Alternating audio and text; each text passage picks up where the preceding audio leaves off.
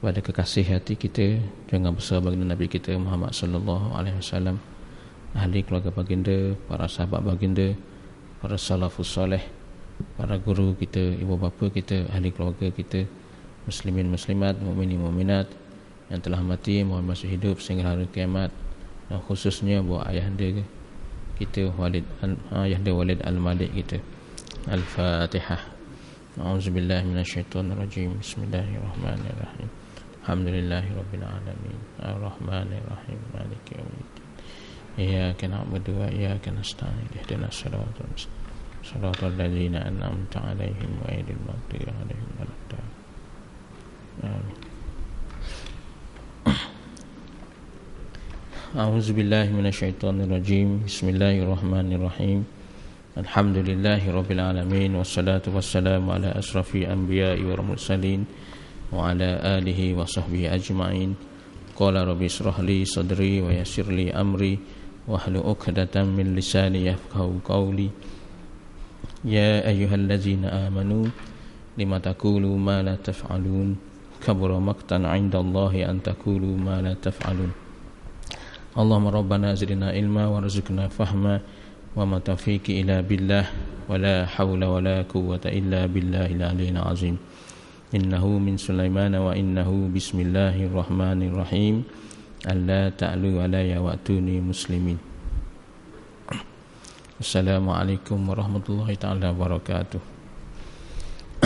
Alhamdulillah, bersyukur kita pada Allah Subhanahu wa taala dengan limpah hidayah, inayah, kasih sayangnya juga dapat lagi kita bertemu pada hari ini dan memasuki fasa baru pengajian kita, perkongsian ilmu kita, di mana sudah masuk kali ketiga kita membaca kitab Allah Syariat Hakikat karangan Ayahanda Walid Al-Malik kita, dan kita akan campurkan dengan satu lagi kitab Ayahanda Walid Al-Malik kita, yakni kitab Pendakian Salik menuju Allah SWT. Kalau kitab Allah Syariat Hakikat lebih kepada perjalanan tauhid secara praktikal, ada kitab Pendakian para Salik lebih kepada perjalanan secara praktikal bagaimanakah menuju hadrat Allah Subhanahu wa taala. Ini perjalanan haruyah. Selawat dan salam tidak terhingga bagi bersama Nabi kita Muhammad sallallahu alaihi wasallam yang merupakan penunjuk kepada perjalanan kita, dalam perjalanan kita menuju kepada Allah Subhanahu wa taala ini. Dan juga tidak lupa kita mengucapkan syukur, barakah, menumpang barakah para moyang kita, para ahlul bait, para wali Allah yang banyak mewarisi akan perjalanan baginda Rasulullah SAW ni, dan akhirnya diturunkan kepada kita. Maka kenalah juga kita banyak bersyukur pada mereka. Banyak kita sebenarnya menghadiahkan Fatihah kepada mereka di atas segala jasa-jasa mereka kepada kita, dan tidak ketinggalan juga kepada nenek moyang kita sendiri yang mungkin kerana doa mereka lah dahulu sehingga Allah Ta'ala memberi hidayah kepada kita pada hari ini.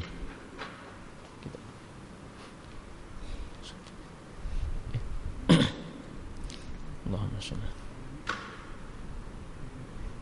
Kita tinggal suti je lagi. Atau 40 ti ingat banyak dah. Nanti kita dah balik ya. Untuk nanti akhir ada sini. Suti.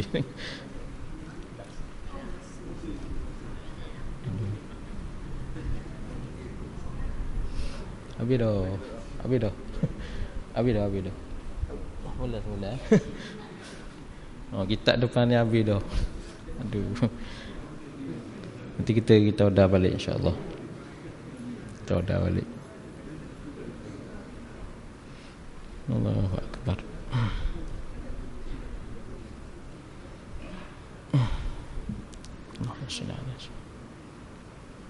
Okay, insya-Allah kitab yang tak sempat tu kita dah balik ya.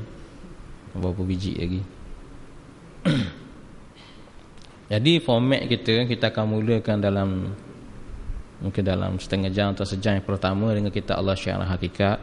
Kemudian kita sambung dengan kitab Pendakian Salik menuju ilah, menuju Allah Subhanahu Wa Taala dalam baki seterusnya. Dan juga dan di akhirnya sebagaimana biasa kita akan sambung dengan sedikit zikrullah, perjalanan latihan bersama untuk kita menuju Allah Subhanahu Wa Taala. Jadi tanpa melengahkan masa, kita berbuka dengan muqaddimah pada kita Allah syariat hakikat.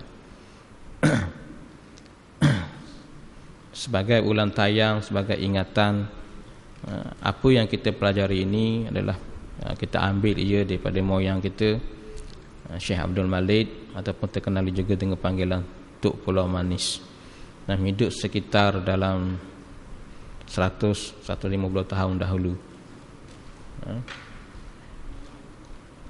Habis tak? Habis dah, Pak? Ada. Habis. Semula, Pak. Kita habis dah.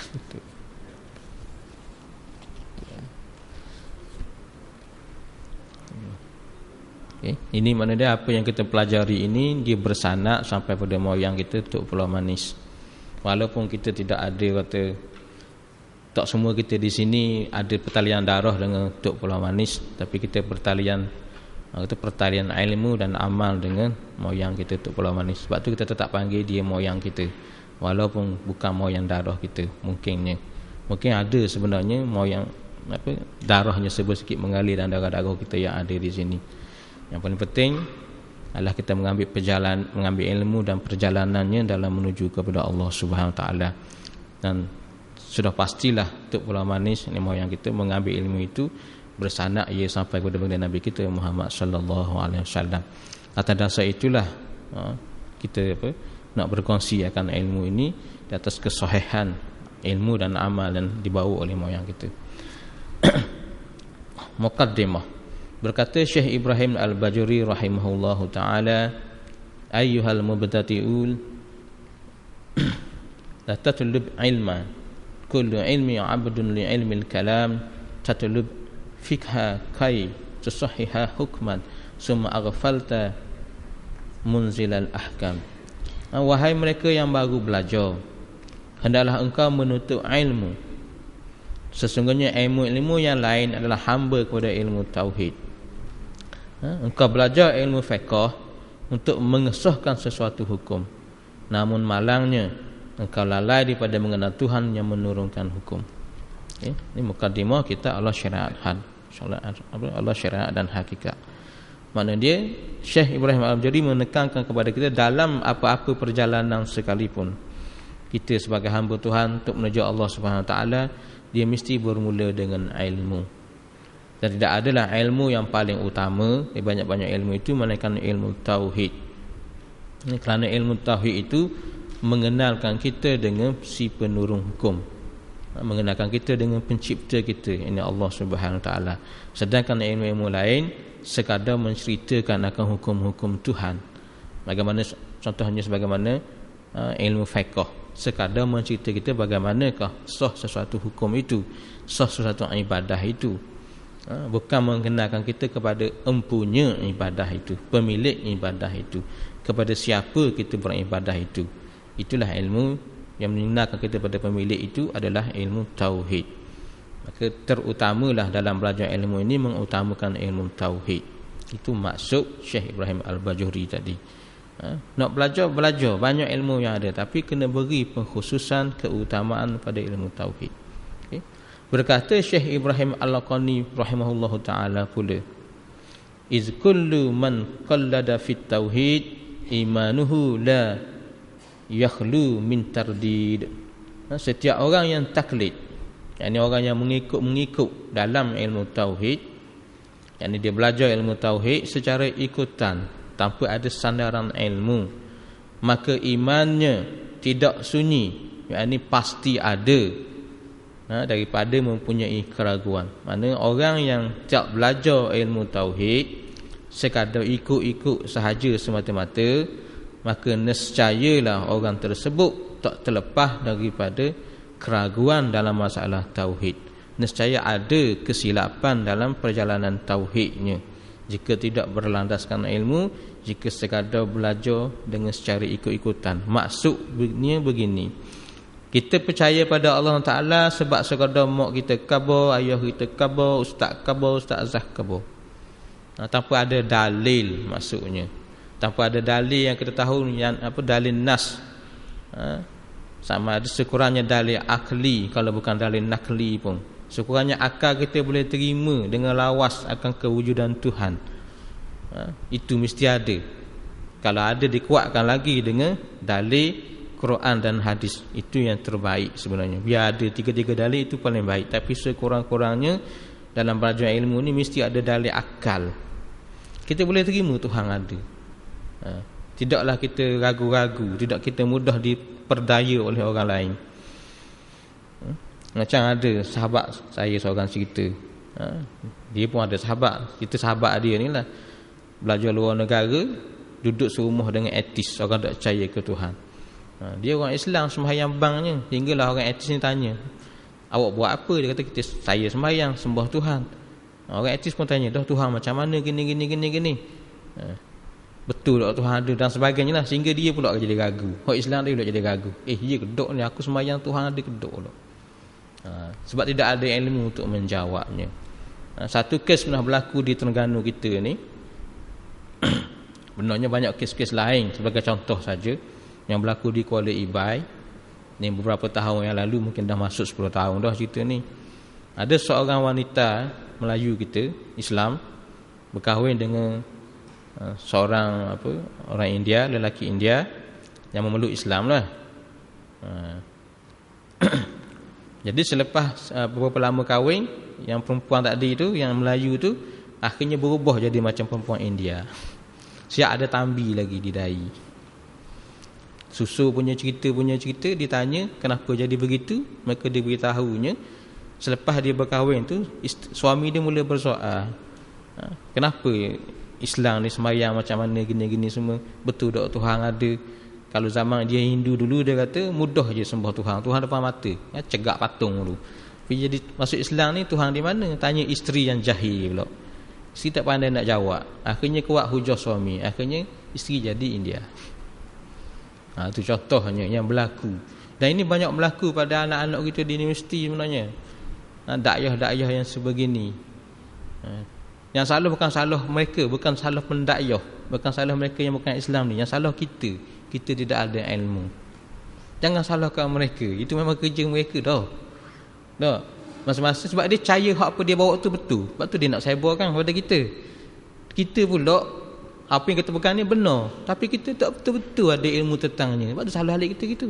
Sebab tu kita mudah terperdaya. Dan yang paling dahsyat sekali, suka saya peringatkan di sini, tak kala mana nyawa kita semua duduk di sini, bukan orang Kristian mari, bukan orang Hindu mari, bukan orang Buddha mari, Iblis laknatullah sendiri mari. Iblis sendiri datang nak goda agama kita. Kalau kita ni hanya sekadar ikut mak ayah kita dalam beragama, nanti Iblis rupa mak ayah kita. Dia kabur mak ayah kita pula, mati dah pula. Dia kata mak ayah ni dia tengah sedang kena azab dalam kubur sebab percaya pada sekian tentang Islam ni. Kita percaya kita pada mak ayah kita kok, mula huru-hara lah ada dah. Warna mak kita mari kabur gini, kita mula huru-hara. Itu tidak mahu. Jika tidak ada ilmu, kalau taklid ini harus terjadi pada kita. Dah lama kini tak nak kubur orang Islam, dah nampak mati orang orang Islam, tak naklah kubur orang Islam. Sebenarnya macam mana, wallahu alam. Harus ramai, sebagaimana kata seorang penceramah ustaz kita yang masyhur di Terengganu ni. Mungkin tanah kubur orang Islam, kubur Syekh Ibrahim, malangnya ngayak masuk sebelah Alik Nur. Sebab itu pegangan sebenarnya. Dibimbangi demikian. Andai kata tidak ada ilmu, dibimbangi demikian jadinya. Bila ilmu, apatah lagi bila ilmu itu tidak benar. Kena ada ilmu dan pastikan ia ilmu yang benar tentang ketuhanan ini. Sebab tu ada ulama menggariskan dalam kitab Aqidatun Najin selainnya. Dalam kitab Aqidatun Najin disebut tahap-tahap keimanan itu. Bermula dengan tahap taklid, ikut-ikut. Kemudian pergi pada ilmu disebut sebagai ilmu yakin. Keyakinan, ilmu keimanan berdasarkan ilmu. Kemudian berpindah kepada ainul yakin, keimanan berdasarkan perasaan dan seterusnya. Dan dia kata dia tetapkan mana duduk pada taklid tak sah imannya. Beriman secara taklid tidak sah, beramal secara taklid sah. Tu kata ahli sunnah wal jamaah.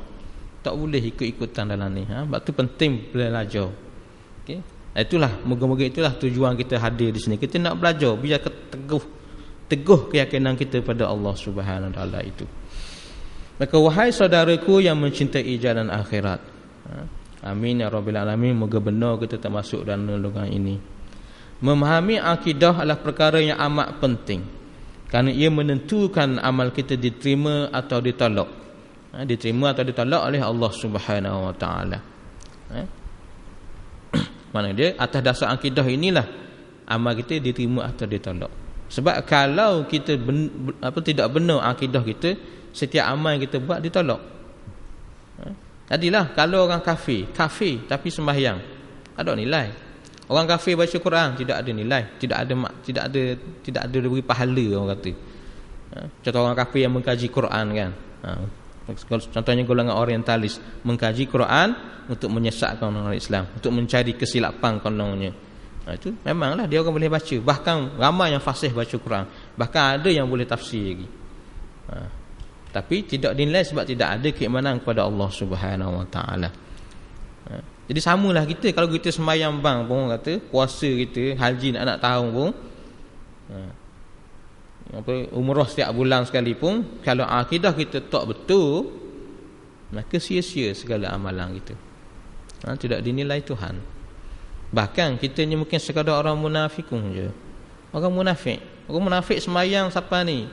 Siapa apa? Semua timbul bekah. Kalau sembahyang apa? Hitam dahinya. Bukan mengata pada orang hitam dahi ni munafiknya, jangan salah faham ni. Nak kabus sungguh orang munafik ibadah. Kita tak kata orang hitam dahi orang munafik, jangan salah faham.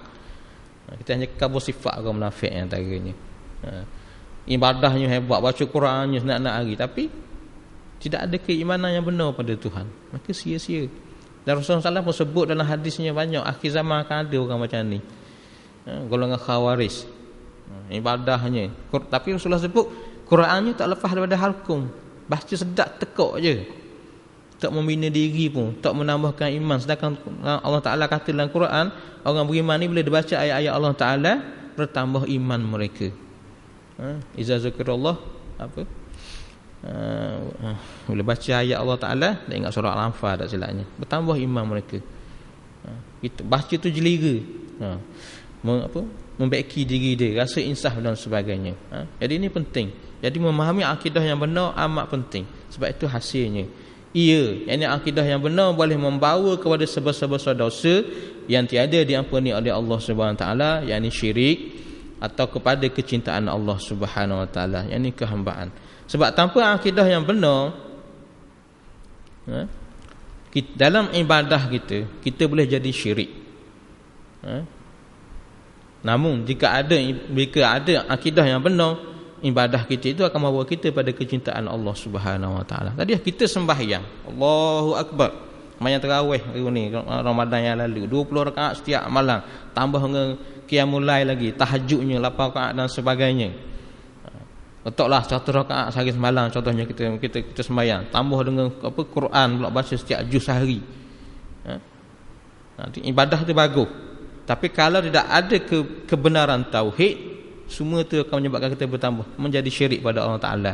Tak kala mana kita memandang kita yang pandang ibadah, kita rasa kita yang hebat dalam sembahyang tadi, kita rasa kita yang hebat dalam baca Quran tadi, situlah kesyirikan. Tapi anda kata orang yang benar tauhid dia merasa rendah diri, dia melihat akan pilihan Tuhan ke atas dirinya, memilih dia untuk sembahyang tarawihnya banyak, qiyamul lail lagi, boleh baca Qurannya, dia memandangkan hak Allah Ta'ala atas dirinya, maka ini akan mendatangkan kecintaan Allah Ta'ala kepada dirinya. Maka baru benar tak kala mana dia keluar daripada bulan Ramadan, dia mendapat apa yang Allah Ta'ala janjikan, la'allakum tattaqun, semoga kamu bertambah takwa kepadaku. Kalau ada tu tambahlah. Kalau kita tidak ada apa-apa perasaan, tidak ada perubahan, maka dibimbangi sebenarnya sebab kita buat ibadah dalam keadaan tauhid kita bermasalah dengan Tuhan. Jadi kita masih nampak hak kita, Allah buat banyaknya aku sembahyang, habis apa? Habis Ramadan kok duk hitung, masuk syurga dah aku kali ni. Apa tarawih nak malam 20 rakaat, buat dengan sedap pula. Memang khatam sejuzuk pula dengan tu imam. Sendiri baca Quran pun khatam sujud. Setiap hari aku belanja orang buka puasa, hidup bilang sesa. Mayang sunat duha tak pernah mi. Bilang habis se, tanda habisnya. Oh, buat belaka Ramadan ni. Ramadan terbaik. Maka layaklah aku jadi ahli syurga. Kalau ada perasaan demikian, bermasalah sebenarnya. Bukan tak bagus tanda ibadah kita buat, tapi biarlah dengan perasaan rendah diri pada Tuhan, memandang semua ni boleh buat sebab Tuhan pilih kita. Ni macam pada pagi ni, kita datang ni bukan kerana hak lain, kerana Tuhan memilih kita. Tu je. Kita ingat orang kurang, tapi korang ramai nampaknya. Aduh, Tuhan memilih. Tuhan pilih kita, Tuhan kasih kita, Tuhan sayang kita. Nampaklah hak tu, jangan nampak hak lain. Jangan nampak hak lain. Kalau nampak hak lain, rugi kita. Rugi kita. Ini juga satu ibadah sebenarnya. Menghadiri majlis ilmu juga satu ibadah. Maka hadirlah sebagaimana seorang hamba. Jangan hadir sebagaimana seorang tuan yang rasa dia. Aku yang hebat, aku boleh mari. Jangan ada sifat demikian. Jika ada, maka sia-sia pelajaran kita. Jangan ada. Datanglah dengan rendah diri pada Tuhan. Ya Allah, aku tak pandai. Pilihlah aku, berilah aku kekuatan untuk hadir, dan berilah aku pertolonganmu untuk aku faham apa yang dipelajari, sehingga bertambah iman aku kepadamu, ya Allah. Bertambah cinta dan kasih dan rinduku kepadamu, ya Allah. Semoga aku bertambah mengenalimu, ya Allah. Semoga aku semakin jelas aku ni seorang hamba yang tidak ada apa-apa. Itu maksud aku hadir, ya Allah. Maka benarkan hatiku, ya Allah. Itu yang kita nak. Biar kita hadir dengan maksud yang benar.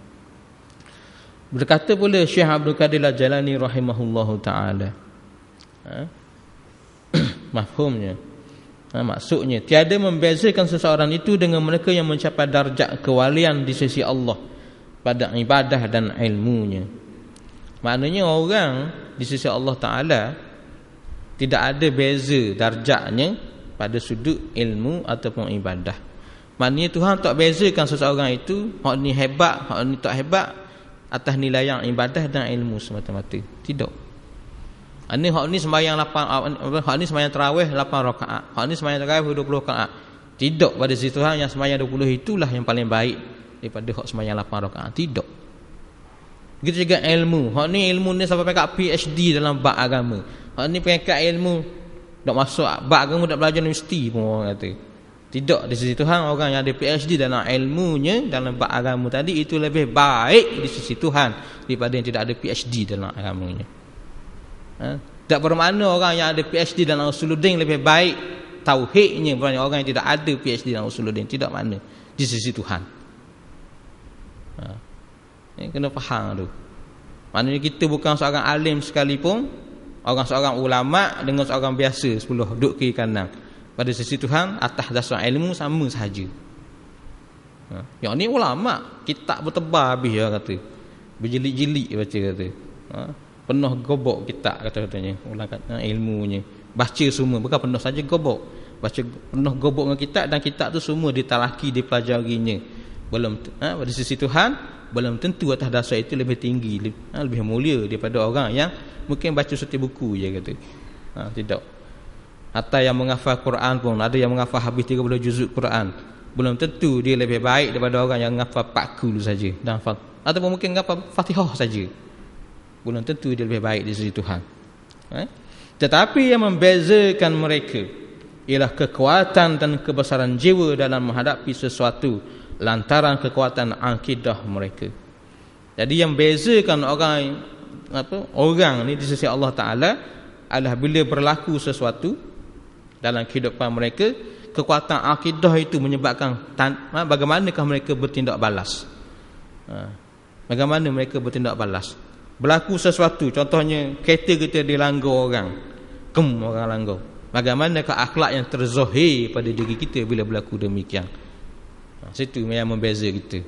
Tak kira siapa dia pun, orang alim ke, orang tak alim ke, kalau langgar kereta boleh tengok belaka. Kadang-kadang ada masanya sedihnya kita, orang alim itu akan lebih melatah daripada orang awam. Kereta dilanggar, dia lebih melatah. Apa orang nak tengok kereta orang. Dia nak gambar benda dalam dada kita. Mana nak kabar sini apa benda? Tuhan tak tengok rupa zahir ni. Ada hadis ni, bukan pada rupa zahir yang Tuhan menilik. Juga sama juga, bukan rupa zahir padang kita saja. Rupa zahir ibadah tidak menjadi tilikan utama Tuhan. Yang menjadi tilikan utama Tuhan adalah rupa batin kepada ibadah itu. Batin kita ni macam mana dalam. Ni Tuhan tak pandang sekarang ni saya duduk sini maka saya lebih baik daripada abang kakak, mak ayah ada semuanya. Tidak. Mungkin kita duduk belakang sekali, ceruk sekali, itu lebih mulia pada hari ini di sisi Allah Subhanahu Wa Taala. Yang kata hak duduk depan ni ini orang paling mulia, tidak. Mungkin inilah orang paling hina sebenarnya di sisi Tuhan pada saat ini. Di mana kita duduk pun kita tak tahu siapa yang paling sisi Tuhan lebih istimewa. Yang paling istimewa adalah orang yang benar imannya pada Tuhan pada ketika itu. Dia yang paling merendah diri, dia yang paling tawaduk, maka dialah orangnya pada saat itu, pada ketika itu. Dalam sembahyang berjemaah sekalipun, bukan imam lah orangnya, tidak semestinya. Bukan bila orangnya, tidak semestinya. Mungkin hak duduk soh belakang sekali. Hak orang nampak kotor sekali, hak nampak orang tu pakaian pun orang capar-capin sekali, mungkin hak tu. Hak bau busuk sekali, mungkin hak tu benarnya hak Tuhan tengok. Sebab kerendahan dirinya pada Tuhan. Tu kena faham. Ini kata Syekh Qadir tidak ada ya. Tapi kalau memang dirinya rendah, ibadahnya hebat, maka inilah yang terlebih baik daripada semuanya. Semayang tarawih 20 rakaat dengan penuh keinsafan, dengan penuh kerendahan diri pada Tuhan, memanglah dia yang paling baik. Sebagainya itu perlu diketahui. Kena faham molek-molek. Inilah sebagaimana yang difirmankan oleh Allah Subhanahu Wa Taala, ala inna awliya Allah la khawfun alaihim wa la hum yahzanun. Ketahuilah, sesungguhnya para awliya, yakni kekasih Allah itu, tiada ketakutan pada mereka dan mereka juga tiada berduka cita. Sebab para kekasih Allah, yakni para wali Allah, itulah sifat mereka. Mereka tak takut apa-apa, mereka tidak sedih atas apa-apa. Berlakulah bagaimana sekalipun pada mereka, mereka tak sedih, mereka tak takut. Tak takut pada apa saja. Sebab mereka ada Allah. Itu beza mereka dengan kita. Mereka tidak takut bukan kerana mereka mengamalkan ayat 1000 dinar bab rezeki. Ini ringgit jatuh berdebung-berdebung ni. Mereka tak takut bukan sebab mereka duk sentiasa amal ayat 1000 dinar, setiap hari baca ayat 1000 dinar. Bukan. Bukan kerana amalan, mereka tak kata dengan amalan. Bukan salah amal ayat 1000 dinar ni, kita tak kata salah. Betul ayat 1000 dinar bagus. Bagus dihafal. Bagus tok dinding, bagus. Tapi paling bagus kali bagus jangan gantung dinding je, gantung dalam hati. Baca dan gantung dalam hati, itu yang paling bagus. Maksudnya miliki fahaman daripada ayat 1000 dinar tu. Kita bergantung dengan Tuhan. Bukan bergantung dengan ayat. Ni baca salah ni, baca ayat 1000 dinar ia pun gantung dengan ayat 1000 dinar. Itu salah. Kita baca ayat 1000 dinar sebagai alat aja untuk kita faham, kita perlu gantung dengan Tuhan. Dia baca kata kalau ialah sebenarnya doa juga ada benar satu bentuk doa. Bahasa Arab dipanggil doa. Ayat tu kita baca sebagai satu doa kita pada Tuhan untuk bergantung dengan Tuhan. Kalau bahasa orang Melayu dia panggil, kalau bahasa India kadang dia panggil apa? Mantra. Sama je. Kata-kata motivasi. Ayat zaman moden ni kan. Sama je sebenarnya, nak pergi situ je belakangnya supaya kita bergantung hati dengan Allah Subhanahu Wa Taala. Sebab itu janji-janji Allah Ta'ala, wa may yattaqillah yaj'al lahu makhraja. Siapa bertakwa pada Allah, nescaya Tuhan akan keluarkan dia daripada segala permasalahan. Wa may yatawakkal 'ala Allah fa huwa hasbuh. Siapa yang bertawakal pada Allah, nescaya Allah akan cukupkan segala keperluannya. Marilah masalah ekonomi ke mana pun, kita ada Allah. Jadi apa nak dirisaukan? Bukan kita biarkan saja begitu, tidak. Tapi kita tak risau. Apatah lagi para kekasih Allah, mereka tak takut.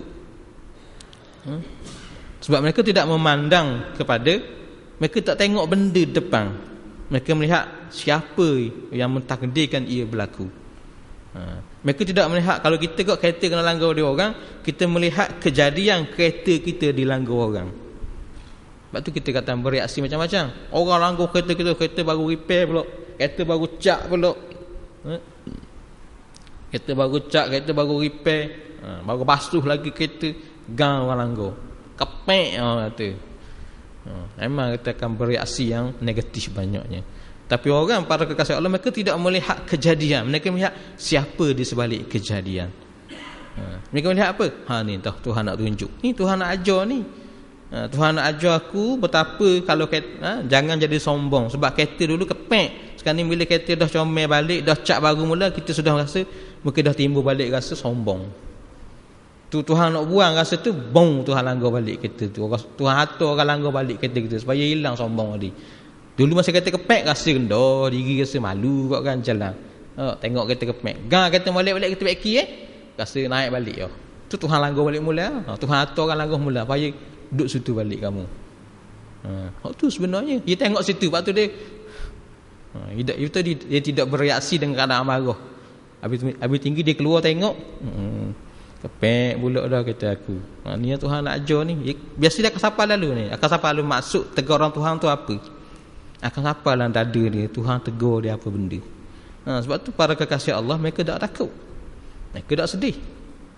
Mereka sentiasa melihat kebaikan di sebalik setiap sesuatu. Sebab di sebalik sesuatu itu adalah Allah Subhanahu Wa Taala. Ini orang ada tauhid yang dalam. Begitulah pandangan hati mereka. Yang kita nak supaya kita tak melatah apa saja berlaku. Kita akan sentiasa rasa seronok dengan apa yang terjadi pada diri kita, sebab kita yakin di belakangnya adalah Allah. Allah yang bagaimana? Allah yang bersifat Ar-Rahman, Ar-Rahim, Ar-Razzaq, Al-Fattah. Macam-macam lagi nama Asmaul Husna tu. Allah yang maha hebat, maha bijaksana, yang maha pengasih pada hamba-hambanya. Maka kalau Tuhan kasih, takkan Tuhan biar orang langgar kereta kita? Kenapa Tuhan biar orang langgar kata kita? Sebab ada kebaikan dengan keadaan kita dilanggar oleh orang tu. Aku Tuhan biar benda tu jadi. Itu yang berlaku. Itu kena faham elok-elok. Maka menumpukan perbahasan ilmu kalam pada peringkat yang halus, tiada digalakkan terutamanya kepada salik. Maknanya dalam kita belajar bab ilmu tadi, kita sebut dah ilmu ada banyak. Yang paling utama adalah ilmu tauhid. Dan dalam belajar ilmu tauhid, jangan kita ni menupukan pada ilmu kalam yang halus-halus. Maknanya belajar, contohnya kalau belajar pengajian sifat 20, dia belajarkan masuk bab apa, tanjizi qadim, tanjizi hadis, suluhi qadim, suluhi hadis yang halus-halus. Ini tidak digalakkan kita pada orang awam dalam mempelajarinya sampai hak gitu. Sebab kadang-kadang lebih apa, memeningkan kepala daripada memberi faham. Terutamanya pada golongan salik, ini orang yang nak berjalan menuju Tuhan, menuju hati. Ini orang yang mahu menyucikan diri untuk menjadi mukmin dan mencapai kesempurnaan agama. Tak perlu nak jalan hati, tak perlu sampai halus-halus tadi. Ia hanya perlu, ia tadi menunjuk kepada perbahasan ilmu yang halus-halus tadi itu perlu kepada golongan ulama tertentu demi menjaga masalah agama, tapi bukan untuk dibahaskan secara terbuka dalam masyarakat atau orang awam. Mana belajar tauhid yang halus-halus tadi, ni ulama kena belajar. Orang awam ke kita ni cukup belajar orang terlepas yang fardu ain tentang tauhid. Kemudian masuklah perjalanan menyucikan, untuk menanam ilmu tadi dalam jiwa kita. Nak halus-halus lagi tu, itu golongan lain. Ini kena ada orangnya, ini golongan ulama, untuk memelihara ilmu tadi dan juga sebagai tempat rujukan jika timbul permasalahan. Namun demikian, andai kata timbul sesuatu keraguan dalam hati kita yang halus-halus contohnya, maka wajib pada kita mempelajarinya. Jangan ada timbul kita syok, kita tak puas hati gini, maka kena cari jawapan padanya. Itu senang mudah aja, tauhid begitu. Kalau kita mari timbul muskil tentang Tuhan satu perkara, maka wajib mencari jawapan tentangnya. Contoh kita dengar orang kata ke, contoh orang kata antara hujah, orang kata antara wujud Tuhan ini, antara dalil wujudnya Allah Ta'ala, yang biasa kita dengar ana wujudnya alam ini. Sebab bila adanya alam, maka wajib ada penciptanya, maka pencipta itulah Allah Subhanahu Wa Ta'ala. Sebab setiap yang ada mesti ada yang mengadakannya. Kadang-kadang ada orang tanya lah, kalau demikian Allah itu ada, maka adakah apa yang bahasa Melayu ter-apply, orang putih kata apply, adakah benda yang sama boleh disebut pada Tuhan? Tidak, tak boleh. Jangan dia kata sebab saya pernah jumpa masa belajar dulu, ada orang tanya dah kalau gitu Tuhan ada, maka Tuhan pun mesti ada penciptanya. Balik situ pula. Sebab kata dia setiap yang ada penciptanya. Maka Tuhan pun ada, maka Tuhan pun ada pencipta juga. Jadi dia mari keliru. Jawapannya tidak. Selagi mana dicipta, dia bukan Tuhan. Lagi-lagi situ balik. Ni macam ni, meja ni kan, buku ni siapa buat? Kita buat. Maka adakah kita Tuhan? Kita bukan Tuhan. Sebab apa? Sebab kita pun masih dicipta lagi. Dia kena gitu akal kita fikir. Siapa ujung sekali? Siapa dia ujung? Hak tidak ada dah dicipta, maka dialah Tuhan. Itulah Allah Subhanahu Wa Taala. Sebagaimana dicipta, dia bukan Tuhan. Jadi jawab dia gitu. Sebab ada orang yang bertanya benda ni, kita kena cek molek. Dan ada kita ada tak kemusykilan. Jika ada, wajib cari ustaz bertanya tentangnya, wajib, supaya hilang kemusykilan kita pada Tuhan, kemusykilan kita kepada Allah Subhanahu Wa Taala. Kena cari. Tapi secara umumnya yang lain daripada tu tak wajib kita belajar yang asas aja. Itu. Yang lain tu tumpukan pada perjalanan rohaniyah kita. Tu. Dalam hal ini Imam Ghazali rahimahullah taala mewajibkan sekadar mengetahui sifat yang wajib bagi Allah, sifat yang mustahil bagi Allah dan harus bagi Allah. Sebagaimana yang digariskan oleh para ulama ahli sunnah wal jamaah. Maknanya kalau Imam Ghazali disebut ni je, sifat yang wajib, yang mustahil, yang harus bagi Allah Ta'ala. Dan ditambah lepas tu disebut 50 perkara daruriyah dalam Ahlussunnah wal Jamaah adalah belajar tentang sifat mustahil bagi yang wajib bagi Allah, mustahil bagi Allah, harus bagi Allah. 20 21 jadi 41, tambah dengan sifat yang wajib bagi Rasul, mustahil bagi Rasul, harus bagi Rasul 9 satu, jadi 50 perkara daruriyah. Ini belajar secara tafsili disebutnya. Belajar tentang Tuhan secara detail, halus.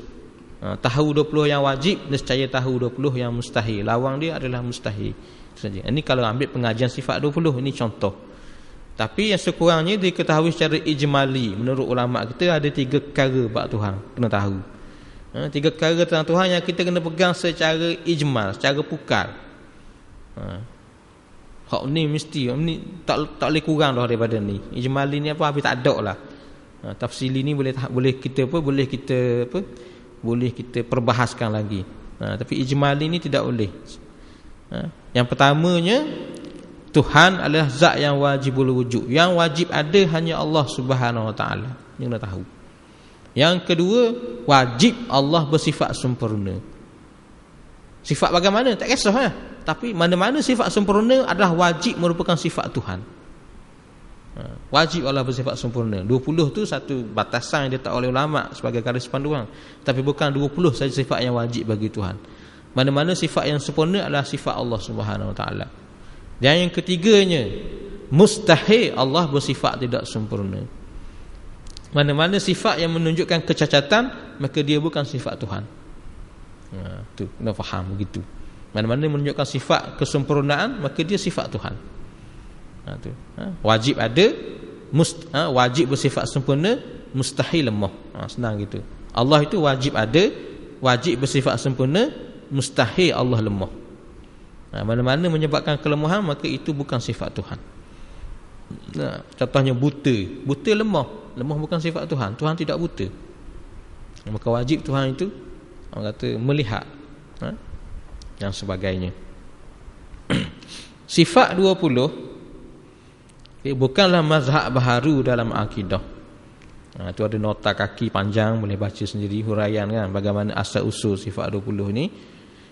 Ada satu metodologi ilmu tauhid. Pegangan kaum salaf yang dirumus oleh Imam Abu Hasan Asy'ari dan Imam Abu Mansur Al-Maturidi. Mereka ni golongan tabi'in yang dekat lagi dengan Rasulullah sallallahu alaihi wasallam. Tujuan mereka tidak lain tak bukan kecuali untuk memudahkan umat memahaminya. Okey. Bukan mazhab baharu dalam akidah, maknanya bukan mazhab yang baru, ia sudah ada. Tidak ada istilah saja. Ia hanya satu kaedah atau juga satu rumusan atau juga satu formula, mungkin juga satu ringkasan daripada Al-Quran, daripada tafsir. Juga merupakan satu tafsir. Tapi dalam bab tauhid, Ia hanya satu kaedah pelajaran yang disusun oleh ulama ahli sunnah wal jamaah yang berdasarkan Al-Quran dan hadis, agar mengetahui dengan mudah akan sifat Allah Ta'ala serta dapat menolak segala fahaman yang sesat seperti Mu'tazilah, Qadariyah, Jabariyah, Mujassimah dan lainnya yang begitu hebat berkembang selepas generasi sahabat radhiyallahu anhum ajma'in. Maknanya sifat 20 ni memang zaman sahabat tidak ada sifat 20, memang tidak ada. Tidak ada pada pengajian, pada ilmu, tidak ada. Yang disusun ilmu ini sifat 20 tidak ada. Tapi yang ada fahaman tentangnya memang telah ada.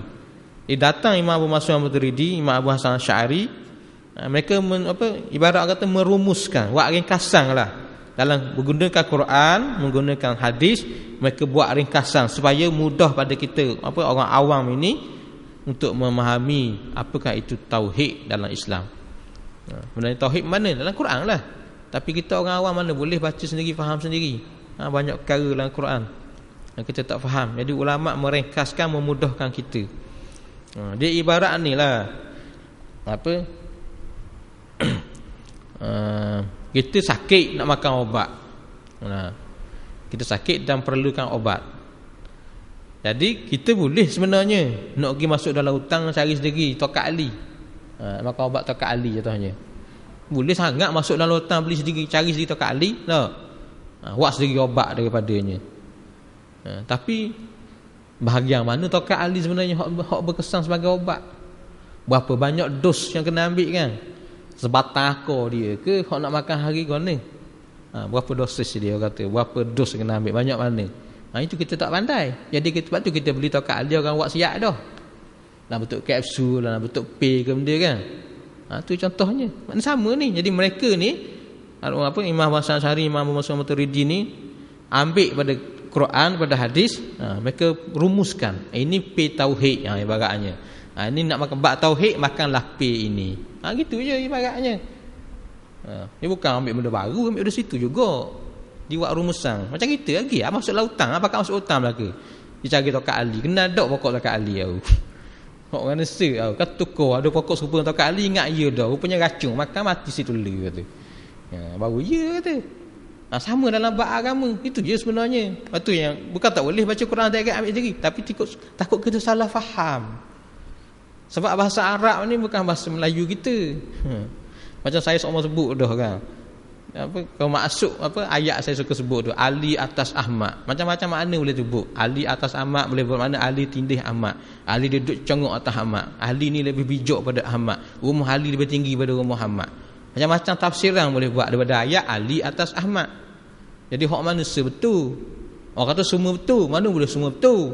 Tindih dengan duduk boleh tahan lagi, tapi bijaknya abang ke tinggi dari tempat duduknya mana sama. Mesti se je hak betulnya. Ada hak mana se betulnya, nak tahu kan? 10 orang baca 10 ayat dia tafsirnya. Jadi masalah lah. Jadi hak betul sekali mesti balik pada tuang punya asal lah. Itu penting pada sanad. Hak bagaimana Nabi ajar. Hak Nabi ajar ni turun pada ulama-ulama. Lepas tu ulama yang faham inilah, yang ilmu dari Nabi lah, mereka buat rumusan. Ambil Quran tadi tu buat rumusan, begini caranya nak faham ni. Qul huwallahu ahad itu contoh ayat tauhidnya. Ini maksud fahamnya, esa yang bagaimana. Allah itu esa bagaimana. Kan salah fahamkan esa jadi se dia kata. Se hak kan ni. Sega kita berat lalu jadi berjiring pula. Itu jadi masalah tu. Nak faham sendiri kan. Jadi esa yang bagaimana? Itu disebut, ditafsir oleh ulama pula. Esa begini-begini. Esa pada wujudnya, esa pada sifatnya, esa pada asma'nya, esa pada af'alnya. Kenapa? Itulah tauhid. Ini jadi salah kita ni sebab kita tidak mengesakan Tuhan. Sebab kita mendua, meniga, meempatkan Tuhan. Kita sebut dengan Allah tu esa pada sifatnya. Kita mendengar, Allah pun mendengar. Kalau kita kata kita mendengar, maka situ dah jadi syirik. Sebab kita kata kita pun dengar, Tuhan pun dengar. Maka ada dua sifat di sini. Mana boleh? Qul huwallahu ahad, kata yang mendengar itu hanya Allah. Dan kita dengar ni bukan kita yang dengar, kita diperdengarkan Tuhan. Itu kita nak belajar tu. Dah aku boleh dengar apa? Sebab Tuhan bagi aku dengar. Bukan aku ada kuasa mendengar. Itu bezanya. Kalau kita dengar dia tak, aku boleh dengar. Rasa aku yang mendengar, rasa hebat aku mendengar, inilah kesyirikan. Ini kena faham. Nak faham ni, kita dengar apa? Sebab Tuhan bagi kita dengar. Sebab tu kadang-kadang berlaku apa? Salah dengar. Kita kabur lain sini tapi dia dengar lain. Sebab apa? Sebab Tuhan yang memperdengarkan pada dia. Bukan dia dengar sendiri. Tuhan yang beri kedengar ke dia. Dia dengar. Orang lain semua dengar lagu lain. Dia seorang dengar lain. Orang lain gitu. Sebab Tuhan tidak mahu beri ilmu tu pada dia mungkinnya. Ataupun mungkin sebab sesuatu yang lain. Ada asbabnya. Tu dia dengar lain, tu jadi salah faham. Sebab tu kalau berlaku salah faham, jangan cepat melatah. Sebab apa? Sebab kita kena faham bahawa dia dengar betul dah kena cakap tu, tapi Tuhan perdengarkan pada dia perkataan yang lain. Sebab tu dia jadi salah faham. Ni kata bila terdengar salah faham, kita lapang dada cepat dulu. Bersangka baik dulu, dia salah dengar istilahnya. Istilahnya salah dengar, tapi Tuhan perdengarkan yang lain pada dia sebenarnya. Contoh mudah lagi lah, tengok kita kita tengah ada banyak urusan hak kita tak fikir dalam kepala kita. Jadi kita duduk menung seorang mikir. Orang cakap gajah rimah tapi kita buat dengar benda pun. Orang tanya balik, benda apa? Sebab apa tak dengar? Masa tu tak lain dah kata. Linga ada sini kan. Kata cakap belah kita popek tak dengar. Sebab apa? Fikiran dah melayang ke lain. Alasannya fikiran melayang ke lain ya. Sebenarnya Tuhan tak perdengar kan. Tu kena faham. Ni ahad tu.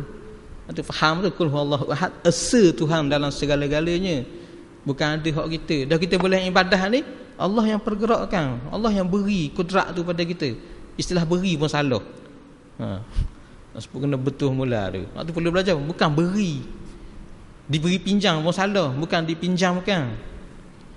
Istilah apa nak kata? Lalu je sebenarnya, lalu. Tak pernah jadi hak milik kita sesuatu pun. Dan ni kata contoh, diperlalukan gagah sekejap. Tapi lepas ni black mat jatuh boleh jadi. Tiba-tiba je boleh jatuh black mat. Tu faham. Okey. Mana dia? Imam Abu Hasan Asy'ari rahimahullahu taala mengajak ummah kembali kepada akidah salaf dengan sistem pembelajaran ilmu tauhid yang teratur untuk memudahkan kefahaman. Ini je, di mana disusung balik Imam Abu Hasan Asy'ari, Imam Abu Mansur Al-Maturidi menyusung kembali ilmu tauhid daripada tafsir Al-Quran dan hadis tadi, maka mengambil susung balik supaya teratur, supaya mudah faham. Sebab ayat Al-Quran tentang tauhid bukan surah Al-Fatihah saja, bukan surah Al-Ikhlas saja, banyak dalam surah-surah lain lagi ada ayat tauhid. Kita hak tak ngapa Al-Quran ni sebut tauhid, ayat mana lagi? Bahaya banyak. Dan nak kena baca benda tu sekali. Tak boleh pegang satu ayat, pegang atas ayat tu faham gitu selalu. Tidak. Dia kena baca keseluruhan ilmu ayat-ayat Quran tentang tauhid, baru dia buat rumusan tentangnya. Siapa kita yang upaya buat demikian? Kita tak mampu, kita orang awam. Kecuali memang ada orang alim macam ni, maka dia layak buat. Saya pun tak layak nak buat. Kita bukan orang alim pun, kita pun masih orang belajar je.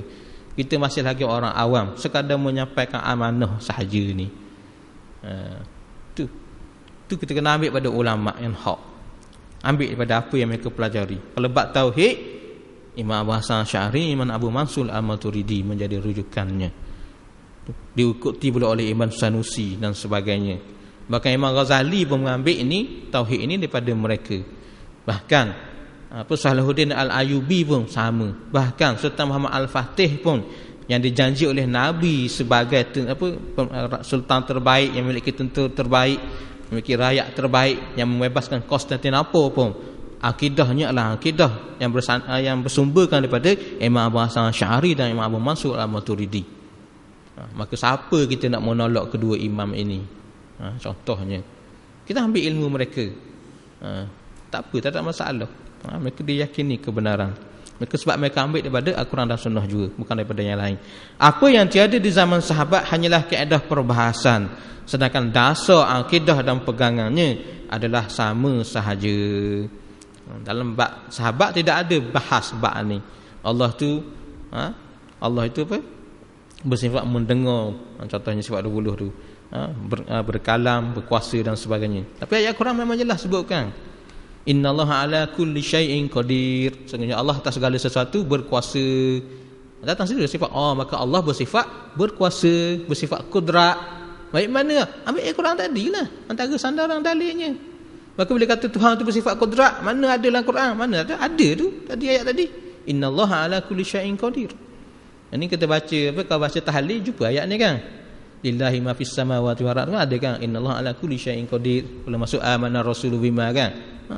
Ada tu kan. Situ kabur tu Tuhan bersifat kudrat, bersifat kuasa. Dari sini contohnya ulama merumuskan sifat-sifat Tuhan. Dan sebagainya. Sifat-sifat yang lain lagi sama je. Sami'un basir, Sami'un alim pun ada ayat Qurannya. Begitu jugalah sistem tata bahasa Arab seperti ilmu nahwu, ilmu saraf dan ilmu usul fiqh. Juga kaedah mensahihkan hadis dan sebagainya. Semuanya tiada di zaman sahabat. Tapi ia adalah sistem ilmu yang penting untuk kita umat kemudian agar mudah memahami ilmu yang dipelajari. Maknanya ilmu nahwu pun, ilmu saraf pun, ilmu usul fiqh pun, ilmu mensahihkan hadis pun tidak ada zaman sahabat. Tapi diguna pakar ini supaya mudah kita faham. Hak mudah sekali ni, semua orang kita ni pandai baca Quran kan. Sama tak Quran kita dengan Quran zaman Nabi? Tak sama. Mana tak sama? Tak sama tulisan. Yang kata tak sama pula, tak sama tulisannya. Quran zaman Nabi tidak ada baris. Itu pun tak tulis. Berapa orang sahabat je tulisnya. Quran zaman Nabi huruf B, huruf Y, huruf T sama je. Sebab tak ada titik.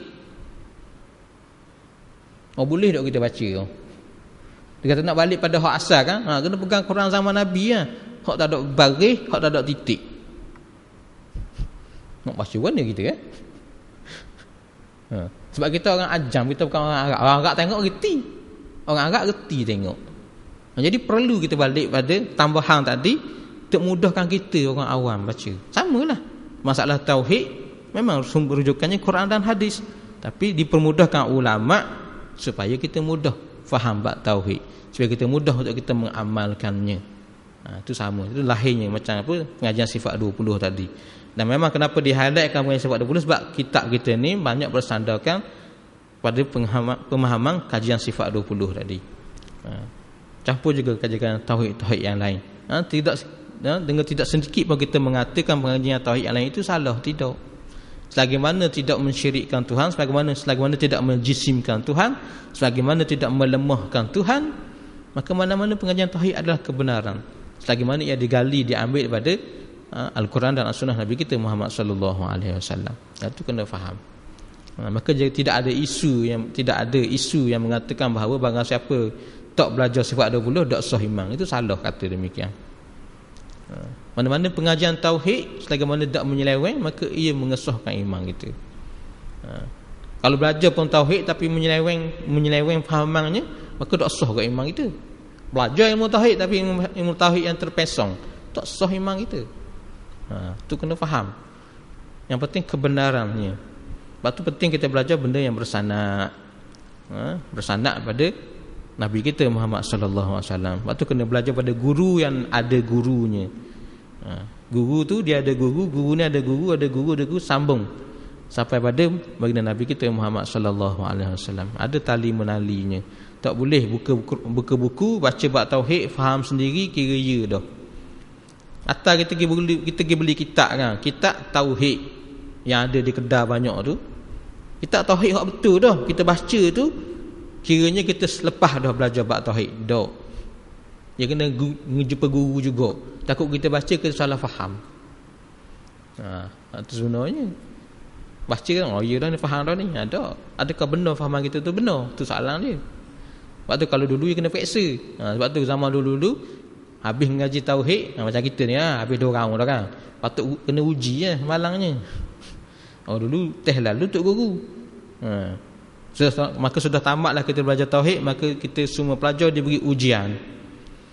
Antara ujiannya macam kita pergi beli pendekar bujang lapuk tok kubur tok rumah tinggal, tok lagu buruk lagu lama tu maknanya. Kalau lari tu tak bertauhid lagi lah maknanya. Apa takut pada hantunya. Hantu pun makhluk ke kita kok. Macam orang cerita kan apa di lebuh raya LPT 2 dekat apa kat Ren Up Prasing siap gambar masuk FB masuk WhatsApp macam-macam. Kita pun tengok tu tak lalu malam ni, takut malang orang ni lalu. Mana tauhid kita pada Tuhan? Jangan takut. Orang tipu hau gambar tu. Itu sebenarnya. Itu yang kita tidak mahu ada unsur-unsur demikian. Tak mahu dipetakut-takutkan oleh syaitan, oleh hantu dan sebagainya.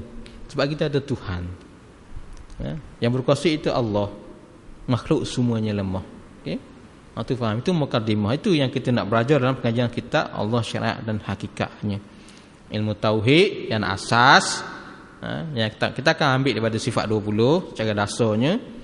Kemudian yang kita pergi penting lepas tu adalah bagaimana mengapplykan tauhid tadi itu dalam jiwa kita, dalam kehidupan kita, dalam perjalanan kita menuju ke hadrat Allah Subhanahu Wa Taala, dalam perjalanan rohani kita, dalam isra' rohani kita. Daripada Baitullahil Haram, ke zaman Rasulullah banyak berhalanya kepada Baitul Maqdis, tanah yang suci yang hanya menesakan Tuhan. Kita banyak berhala sekarang ni, banyak berhala ni. Ini berhala banyak sekarang ni. Kena buang berhala yang ada ni. Dan berhala yang paling besar adalah diri sendiri. Itu berhala paling besar sebenarnya. Lagi mana ada rasa kita ni hebat, kita kuat, kita itu, kita ini, selagi mana ada aku, selagi itulah ada ananiah, selagi itulah ada kesyirikan, selagi itulah tidak betul kita dengan Allah Subhanahu Wa Taala. Lagi itulah kita akan mendabik dada kita. Aku orang yang sembahyang, aku orang yang soleh, aku orang yang alim, aku orang itu, aku orang ini. Lagi itulah kita tak benar dengan Allah Subhanahu Wa Taala. Orang yang benar dengan Tuhan, maka hilanglah keakuannya, hilanglah ananiahnya. Maka dia duduk atas sifat apa? Aku hanya sekadar hamba Tuhan semata-mata. Tidak ada apa yang hebat pada diriku, melainkan semua kehebatan yang ada itu adalah milik Allah Ta'ala juga. Jadi satu pun hak diriku. Ia sekadar lalu pada diriku, hanya sekadar dipersifatkan pada diriku. Itu sahaja. Tidak ada lebih aku berbanding dengan manusia-manusia yang lain. Bahkan rasa malu pula kata bila dipuji orang, bila dikata orang begitu begini. Sebab bila orang puji itu pada dirinya, tapi sebab tu dia akan pulang balik kepada Tuhannya. Tidak, semua ni milik Allah Subhanahu Wa Taala. Yang kaya itu bukan aku, yang kaya itu Allah. Allah yang berikan harta ini kepadaku. Itu faham ceritanya. Okey, wallahu alam. Habis cerita Allah syariat hakikat. Termasuk kitab baru kita, kitab Pendakian Salib. Juga oleh ayah dia Wali Amalik kita. Ini kitab yang lama dulu.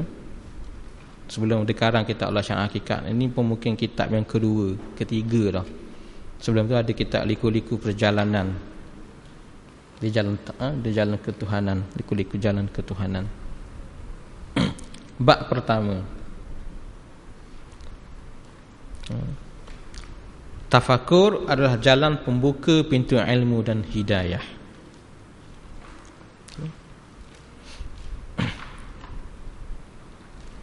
Tak ada buku, insya-Allah kita cari balik buku nanti. Mudah. Apa di kedai-kedai dengan ni banyak tak ada dah buku ni. Itu bab ni buku lama ya. Berfikir adalah pintu bagi ilmu. Okey. Yang kenanya untuk dapat ilmu mesti bermula dengan berfikir. Sebab itulah barang siapa yang kurang akalnya, maka kuranglah tanggungjawabnya. Bahkan jika tidak ada akal, terangkat taklif daripadanya, tidak dipertanggungjawabkan ke atas dirinya. Sebab itulah kita segi akal ni ada beberapa tahap kan. Sebelum akil balik tu kita melalui tahap yang pertama ni panggil mumayyiz kan.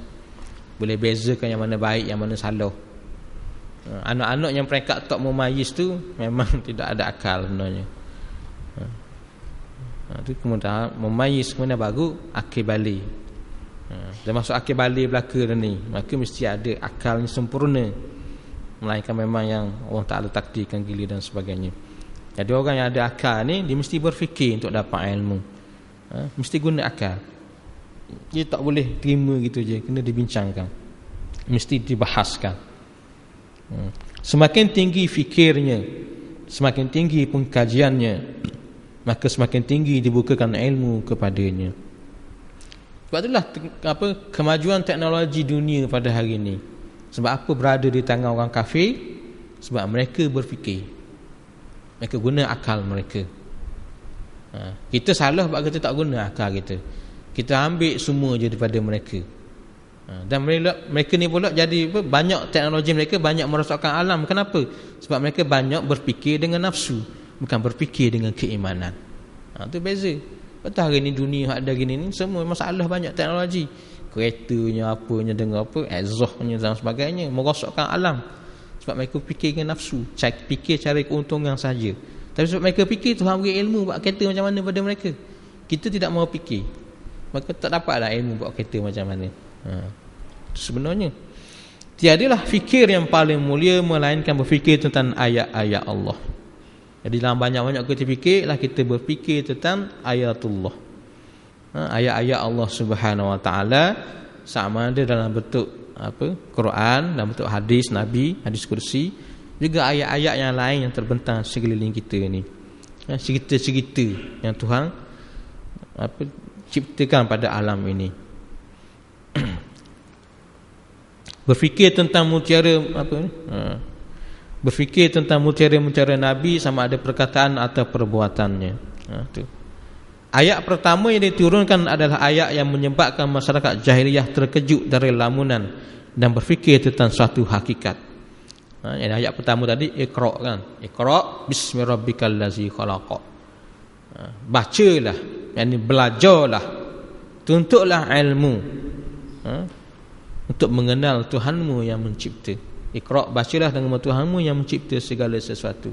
Ulama menafsirkan bacalah, belajarlah untuk mengenal Tuhanmu yang mencipta segala sesuatu. Itulah tujuan utama ilmu, mengenal Tuhan.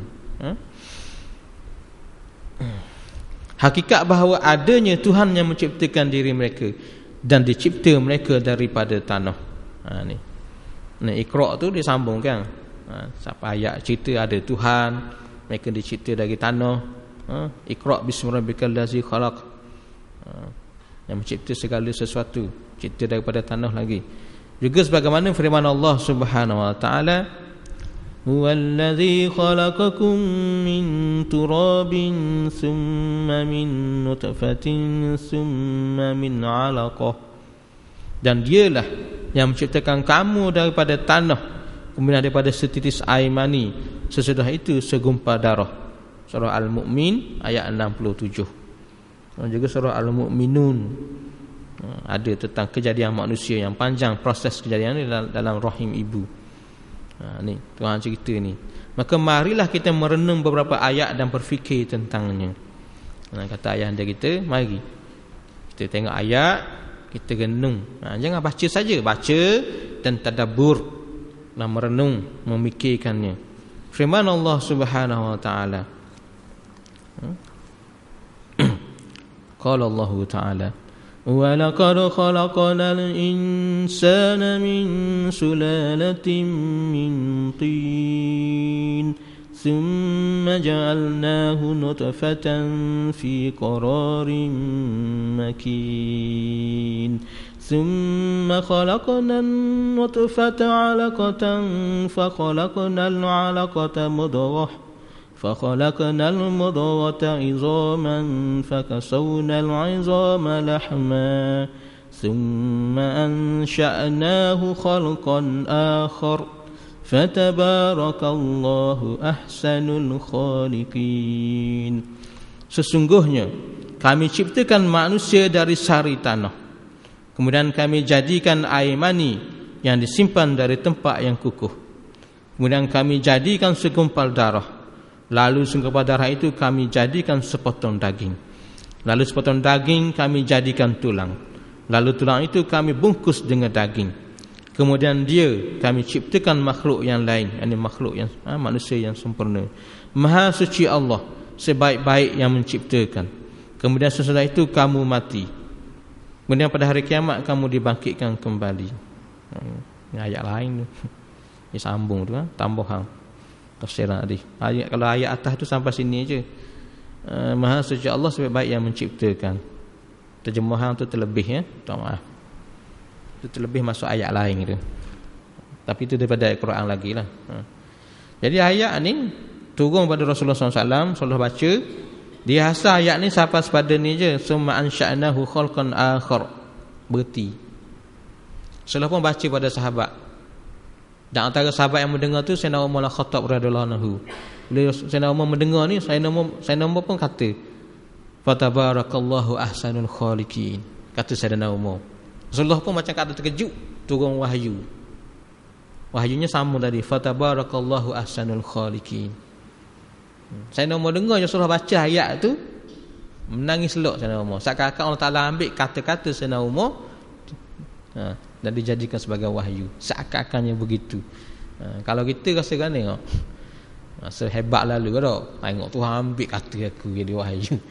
Tapi Sayyidina Umar ketul lutut apa nak debur takut dia. Inilah orang yang benar beriman. Tak rasa sombong sikit pun. Allah Ta'ala mengesah mengiyakan kata-kata dia. Memang Allah Ta'ala dah reserve dah, nak sebut dah, tak turun je lagi. Ini Sayyidina Umar mana dia? Itu kata kalau ada hadis Nabi kan, jika ada Nabi yang lain sesudahku antaranya, maka dialah Umar Al-Khattab. Kehebatan Sayyidina Umar ni. Tapi tidak ada Nabi sudah Nabi. Tidak ada Nabi dah selepas Rasulullah sallallahu alaihi wasallam, tidak ada. Cuma kalau kata ada. Sebab banyak kesamaan je. Macam dalam kes dalam perang Badar. Kira Rasulullah tanya, nak buat macam mana dengan orang tawanan? Saya nak bakar gini kaedah dia guna pakar semua. Saya nak suruh bunuh semuanya. Turun ayat Quran lepas pada Rasulullah dah buat keputusan tu sama je. Patutnya dibunuh semuanya. Ada membenarkan, mengiyakan fahaman Sayyidina Umar. Banyak martabat kelebihan Sayyidina Umar.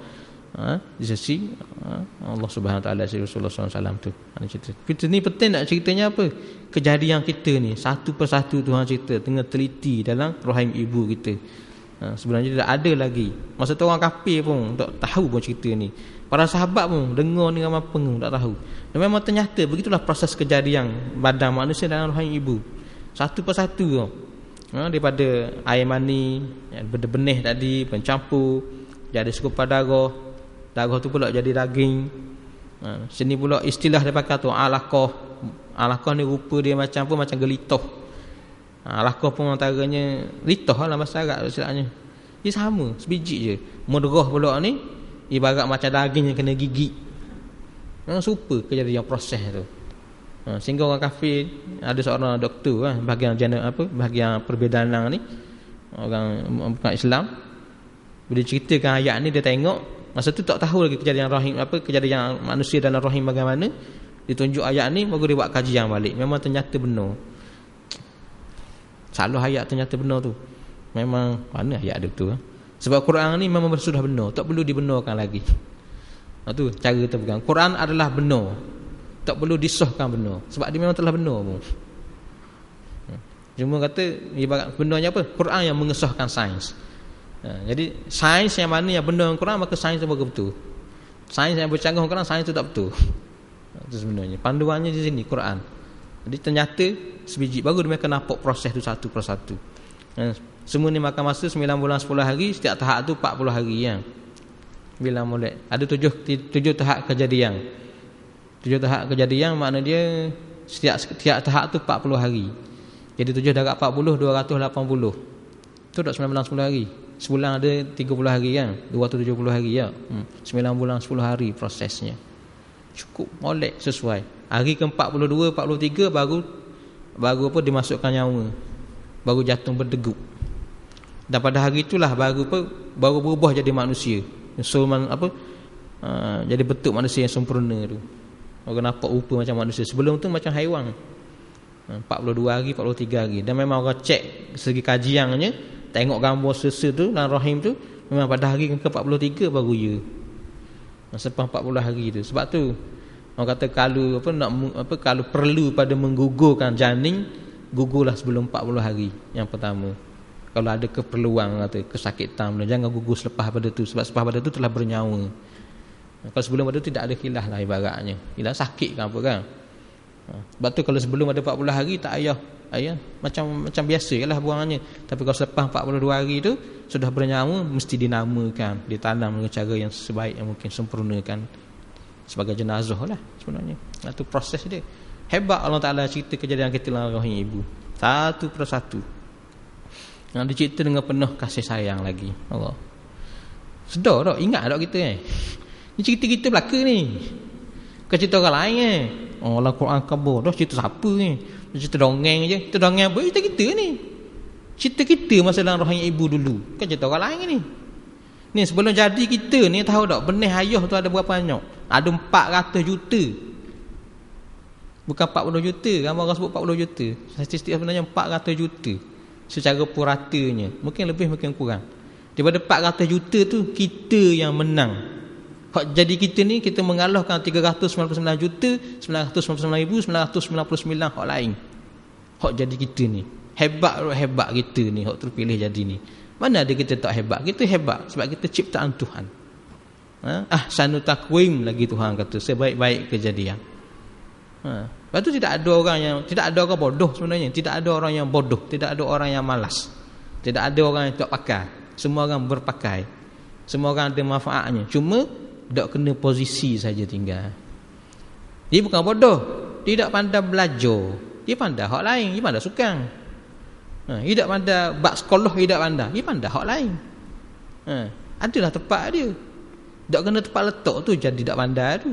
Bukan posisi dia. Itu salahnya. Kita nak letak pada semua mesti pandai cerdik sekolah ke. Mana ada. Kadang siapa dia lah nak jadi tukang sapu-sapu. Semua cerdik sekolah ke?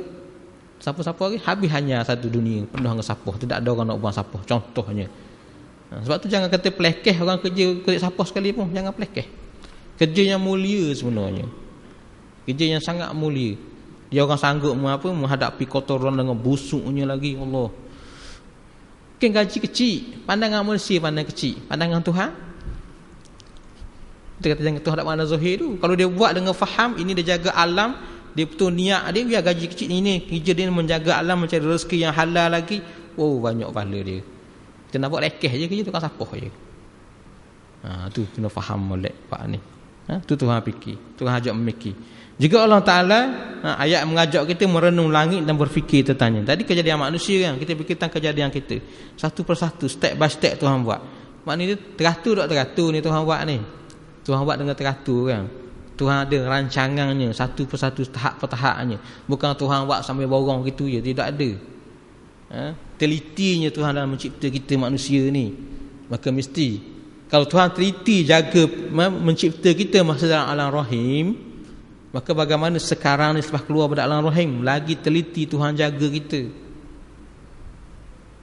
Sebab tu ada masa Tuhan wi sakit, ada masa Tuhan wi sihat, ada masa Tuhan wi kaya, ada masa Tuhan wi miskin. Sebab Tuhan jaga kebajikan kita, hak pentingnya kita macam mana. Tidak ada satu pun yang Tuhan buat untuk buat nyusuh kita, tidak ada istilah tu. Tuhan tak pernah buat nyusuh kita. Tuhan buat hak molek belaka untuk kita bagaimana. Cuma tahap kita berbeza-beza. Ada orang kebaikannya dengan jadi kaya. Sebab kalau miskin dia tak akan semayang. Tanya. Bila dia miskin dia akan risau, dia akan marah Tuhan. Dia akan salahkan Tuhan. Apa Tuhan buat aku miskin gini. Tapi bila Tuhan beri dia kaya, dia banyak masa untuk dia mari masjid. Tuhan tahu. Ada orang Tuhan beri miskin tak beri kaya. Sebab kalau beri kaya akan nyombang. Sombong lagi. Kau tak semayang ada, tapi dengan miskin dah dia kau semayang. Kau sungguh dia semayang. Ya Allah ya aku cukupkanlah rezekiku. Tuhan lebih tahu hal ehwal kita seorang tak sama. Yang kita sama. Ada orang jadi kaya sibuk pula. Tadi ada orang kaya dia banyak masa lapang. Ada orang kaya dia kau sibuk. Hak tu sebenarnya kita tak tahu. Hak mana yang paling baik tu kita melainkan Allah yang lebih tahu. Lepas tu jangan kita ngukik, jangan kita muskil dengan Tuhan. Jangan kita buruk sangka dengan Tuhan. Jangan. Allah buat yang terbaik untuk kita. Sungguh. Ni kata benda ni nak faham ni bagaimana nak faham benda ini.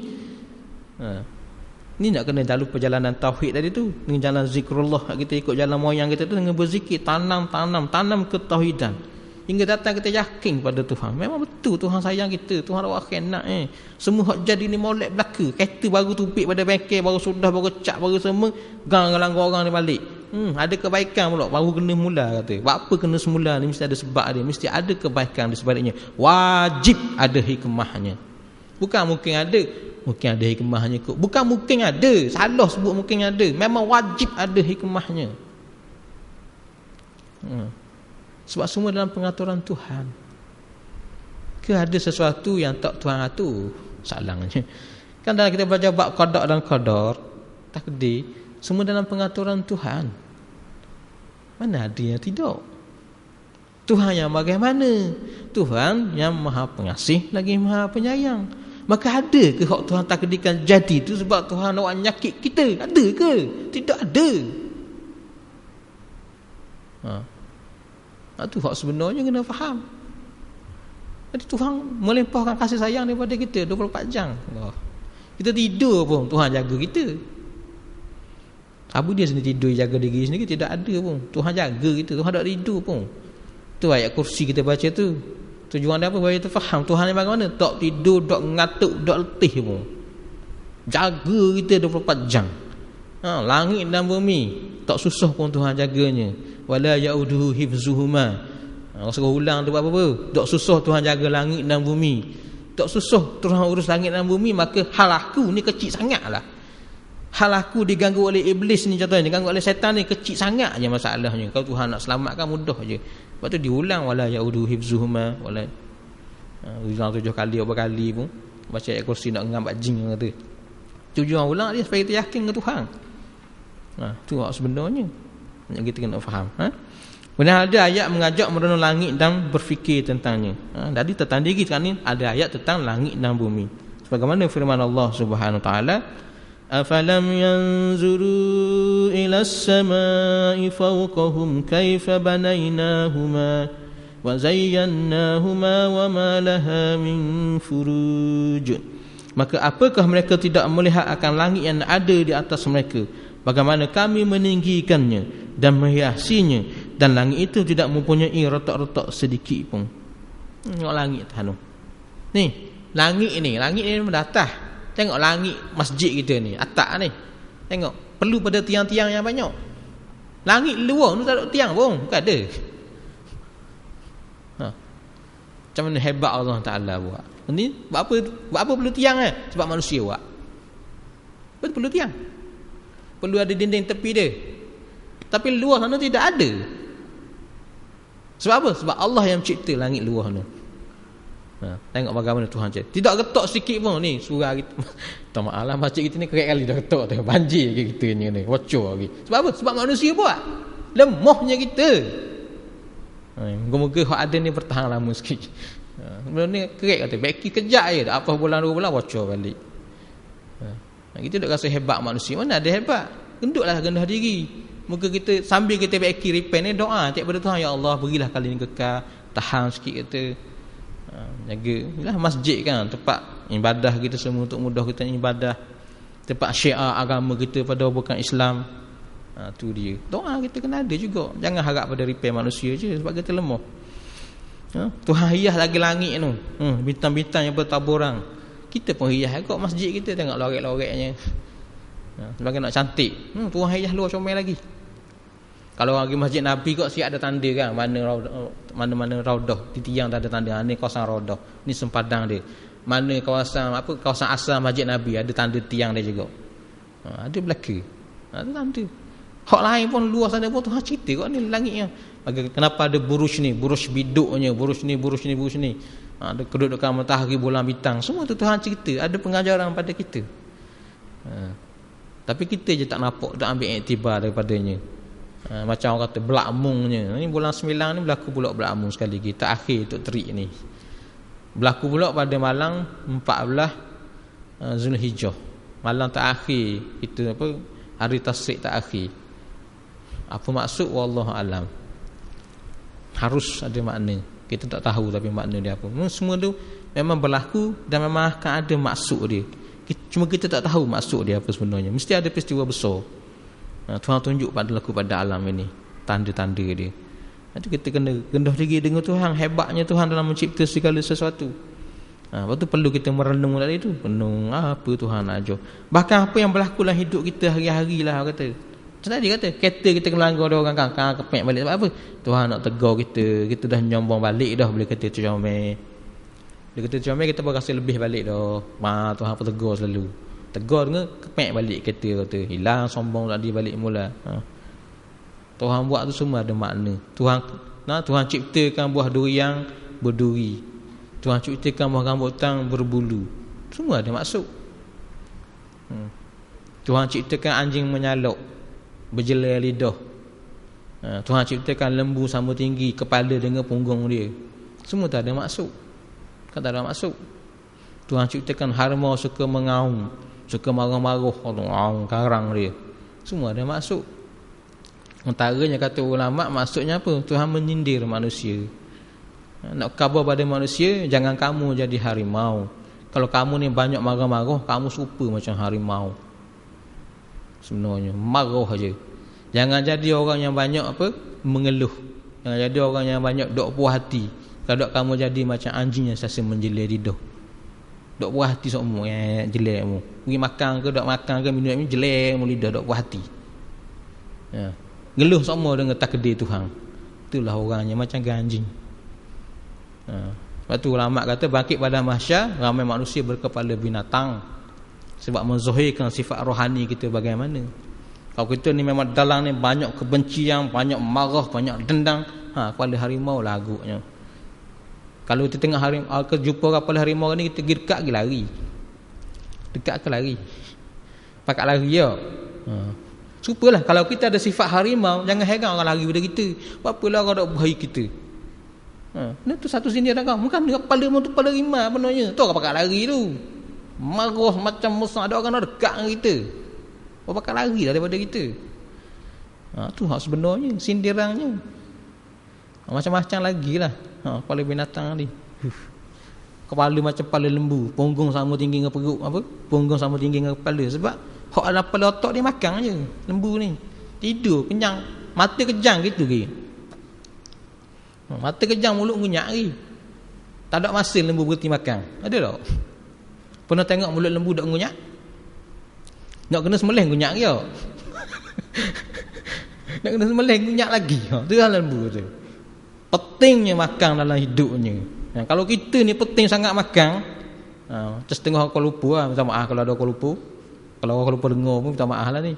Nak makannya apa, ikan bahong termeluh tu rela dia pergi tengah hari ya. Pihak tengah hari kita meluh. Dia arah nak meluh sebab nak makan ikan bahong. Penting makan dalam hidup dia. Tu balik mula lagi masuk jabat balik. Itu pada kita gila, memang gila pun. Gila sebenarnya tu, memang gila. Sebab jaga ke perut dia sampai gitu sekali. Allahu akbar. Jangan jadi kita orang macam tu. Ada ni. Ada. Tuhan tunjuk semua tu. Jangan kada ni bakit kepala lembu ni kita, berat kita. Nak bakit kepala manusia, jangan jadi kepala haiwan, kepala manusia. Betul-betul. Yang dia balik pada tauhid. Penyakit tadi timbul sebab apa? Sebab masalah tauhid kita. Orang yang harimau ni marah banyak orang sebab tidak ada tauhid, tidak ada penyabar. Orang yang pentingkan makan sebab tidak ada tadi kau. Tak tahu keutamaan dia pada dunia ke pada akhirat. Macam-macam tu semua obat dia daripada tauhid. Ni menurut dalam. Betul dalam ni hilang semua, akan balik pulih jadi kepala manusia balik. Jangan kata. Tak malu kita pada masyarakat naik kepala, bakit-bakit kepala lain Allah. Habis. Bukan kalau bila keluar kepala lain tu orang tak kenal. Mungkin tu sebabnya kau orang tak kenal kau. Panggil nama orang kenal. Sebab tu antara akhirat tu tak kenal antara satu sama lain kan. Mak ngayuh apa? Mak ngayuh dengan anak-anak tak apa kenal. Antara dia mungkin kepala bertukar. Satu lagi ada katanya kena sebab apa? Bertukarnya. Yang dalam rohani kita dikeluarkan. Hak dalam batin ni dikeluarkan. Hak zahir ni dimasukkan ke dalam. Bahkan ada berpandangan maknanya dia alam akhirat nanti, kalau sekarang ni roh yang tidak kelihatan, yang kelihatan adalah jasad. Di akhirat nanti yang kelihatan adalah roh, jasad pula akan hilang. Sebab tu bila bin Rabah sahabat Nabi yang hitam legam jasadnya, di akhirat bersinar-sinar putih bercahaya. Sebab menzahirkan keimanan di rohani yang dia bagaimana. Sebab tu kita tak kenal tu. Mak tak kenal anak tak kenal mak, tukar. Jadi kita bimbang lah. Kita nampak sini comel jalan, tapi di pada masa jadi kecok apa? Nak khabar kecoknya keimanan kita. Banyak cacat celah kita rupanya. Atas dunia nampak comel muka, dak kudih dak benda pun, di akhirat mungkin habisnya. Kusta penuh kot, nyakit kusta habis ni. Bakal lari pada kita sebab itulah rohani kita. Banyak penyakit di dalamnya. Takut kita patutnya.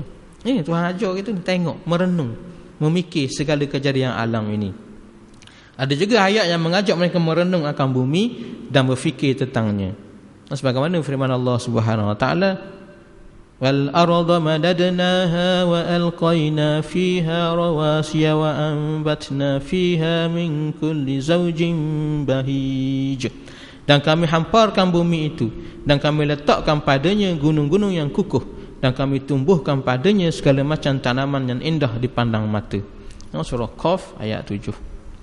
Juga pada dunia ini, tengoklah, renunglah, bagaimana cuaca panas sebab kita lawan kitaran alam. Ada seorang seorang doktor, ajak nama Kapten apa nama, tengok Kapten Zakaria ke apa. Dia buat kajian tanaman di Sik Kedah, tanam padi. Dia guna sistem sebagaimana dia ambil apa? Dia ambil sunnatullah pada alam ini. Bagaimana suasana kitaran yang berlaku pada alam. Dia tak pakai baja pun. Tak pakai pun orang kata fertilizer, tak pakai benda-benda chemical, tak pakai. Serupung padi dia tanam laut dengan penuh kasih sayang. Sebelum tanam ayuk dulu tanah. Nak pilih benih padi pula ada cara pilih dia. Tanam pula sebenih tu biasa orang boleh naik apa dalam 100 rupung aja. Hak dia sampai 250 boleh naik. Kasar-kasar pula. Penuh tanam dengan penuh kasih sayang bagaimana sistem Islam aja. Susung molek. Dia tak pakai pun racun. Kalau tikus banyak, dia kata pakai jering tak silapnya. Kepetai letak dalam air wak pagar tu. Tak perlu guna banyak air pun. Bahkan pada dia padi bukan bermusim. Padi tak bermusim pun. Boleh tanam bila-bila masa dengan cara yang betul. Tak perlu air yang banyak pun. Kajian dia. Dia belajar dengan seorang profesor Islam juga di Universiti Bogor di Jawa sana. Ada. Ni sistem dia tadi melihat pada alam. Bagaimana teraturnya sistem alam ini diambil balik, diapply dalam hidup kita. Bagus pun ni. Jadi rosak alam ni sebab rosak manusia lah. Kita buat tak betul dengan alam ini. Sebab apa kita buat tak betul? Sebab kita ada masalah tauhid. Kita sendiri sudah rosak dalam Kita rosak dalam. Lepas tu jadi zuhir keluar ni. Zuhir satunya pada diri kita. Perangai kita banyak uduh. Ni, hak ni dalam rosak, perangai kita secara peribadi banyak uduh. Kemudian kita menguduhkan pula pada alam ini. Terzuhirlah alam ini banyak pencemaran dan sebagainya. Hari ni panas sangat. Jangan salahkan matahari sebab panas sangat. Salahkan diri kita sendiri. Sebab ozon layer semakin menipis, bagaimana ada di angkasa jadi tipis lagi. Macam kita kata apa? Kita ni orang Terengganu ni patah. Kenapa pantai banyak terhakis? Sebab kita merosakkan kitaran pasir. Tahu dok Kita tak bising buat apalah hakis sama patah Terengganu. Marah ke siapa dia tahu. Marah patah, marah gombok. Marah pada diri sendiri Kita mengganggu kitaran pasir. Warna pulak kitaran pasir. Gangguan kitaran pasir terganggu sebab ada empangan kenyir. Sebenarnya dia ceritanya gini. Dulu sebelum ada empangan kenyir, setiap musim tengkujuh, air hujan lebat kan, air laju kan, air sungai laju, dia akan menghakis kan. Dia menghakis lagi pasir-pasir kan. Dia hakis bagi mana pasir ni? Bagi laut, bagi patah benarnya. Musim tengkujuh pula dia kahut laut tu. Dia kahut pasir tadi kan. Ada pasir patah yang dia kahut dan ada pasir yang dihantar oleh sungai dia kan. Jadi balance kan. Jadi end result dia patah macam biasa je, tak jejah kan. Tapi sekarang ni bila ada kenyir menyekat aliran sungai yang laju, maka tidak ada supply pasir ke pantai. Maka air laut tetap sama je. Lepas tu jadi end resultnya pantai terhakis. Bukan tu tak bagus orang panggil kenyir, buatlah, tapi kena buat kajian baliklah. Kadar mana yang perlu. Pulau Taiwan dia banyak empangan.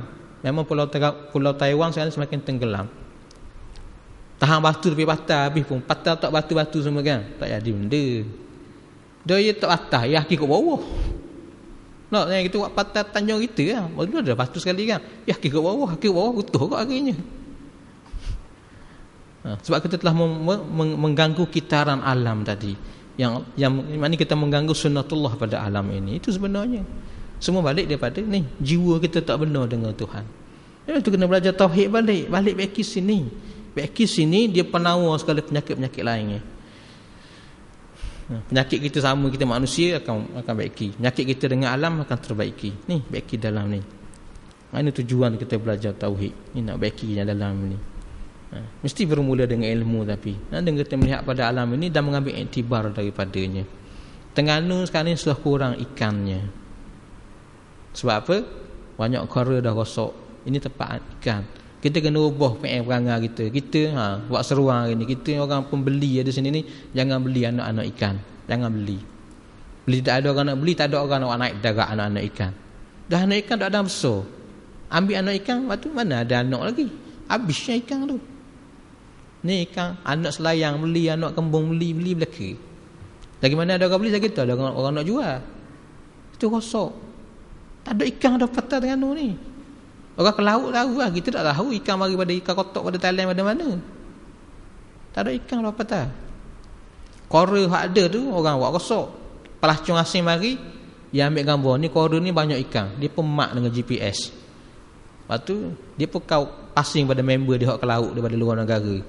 Orang luar negara mari pung lepo bung brum pecah habis. Dia ambil ikan-ikan hak mahal-mahal aje. Ikan hak kecil dia biar aje. Habis rosak kora. Dia bung tu kora tu 25 tahun baru boleh tumbuh balik semula. Kita jaga dah. Masalah penguatkuasaan jugalah ceritanya. Mana kita kena kuat kuasa sama sendiri. Kita pun bak beli kena beli. Orang putih dia orang reti dah. Ambil ikan naik ukur. Tak cukup saiz buang balik. Supaya dia cukup besar. Cukup saiz ambil tak balik. Tak ambil ikan kecil. Dah orang kalau ambil pun tak ada orang nak beli, buat naik kedai. Ni kita naik beli juga. Kita buat naik tu. Sebab kita beli juga. Kita rosak alam kita, bukan apa ni, rosak alam. Kalau rosak alam siapa murka? Tuhan murka kita. Nak jawab kita dengan Tuhan nanti. Alam mengaju di Tuhan. Pada masyarakat alam ngadu pada Tuhan kan. Dalam hadis disebut bagaimana dua ekor kambing di akhirat nanti. Satu yang bertanduk, satu yang tidak bertanduk. Masih di dunia hak dak tanduk ni ditanduk oleh hak bertanduk.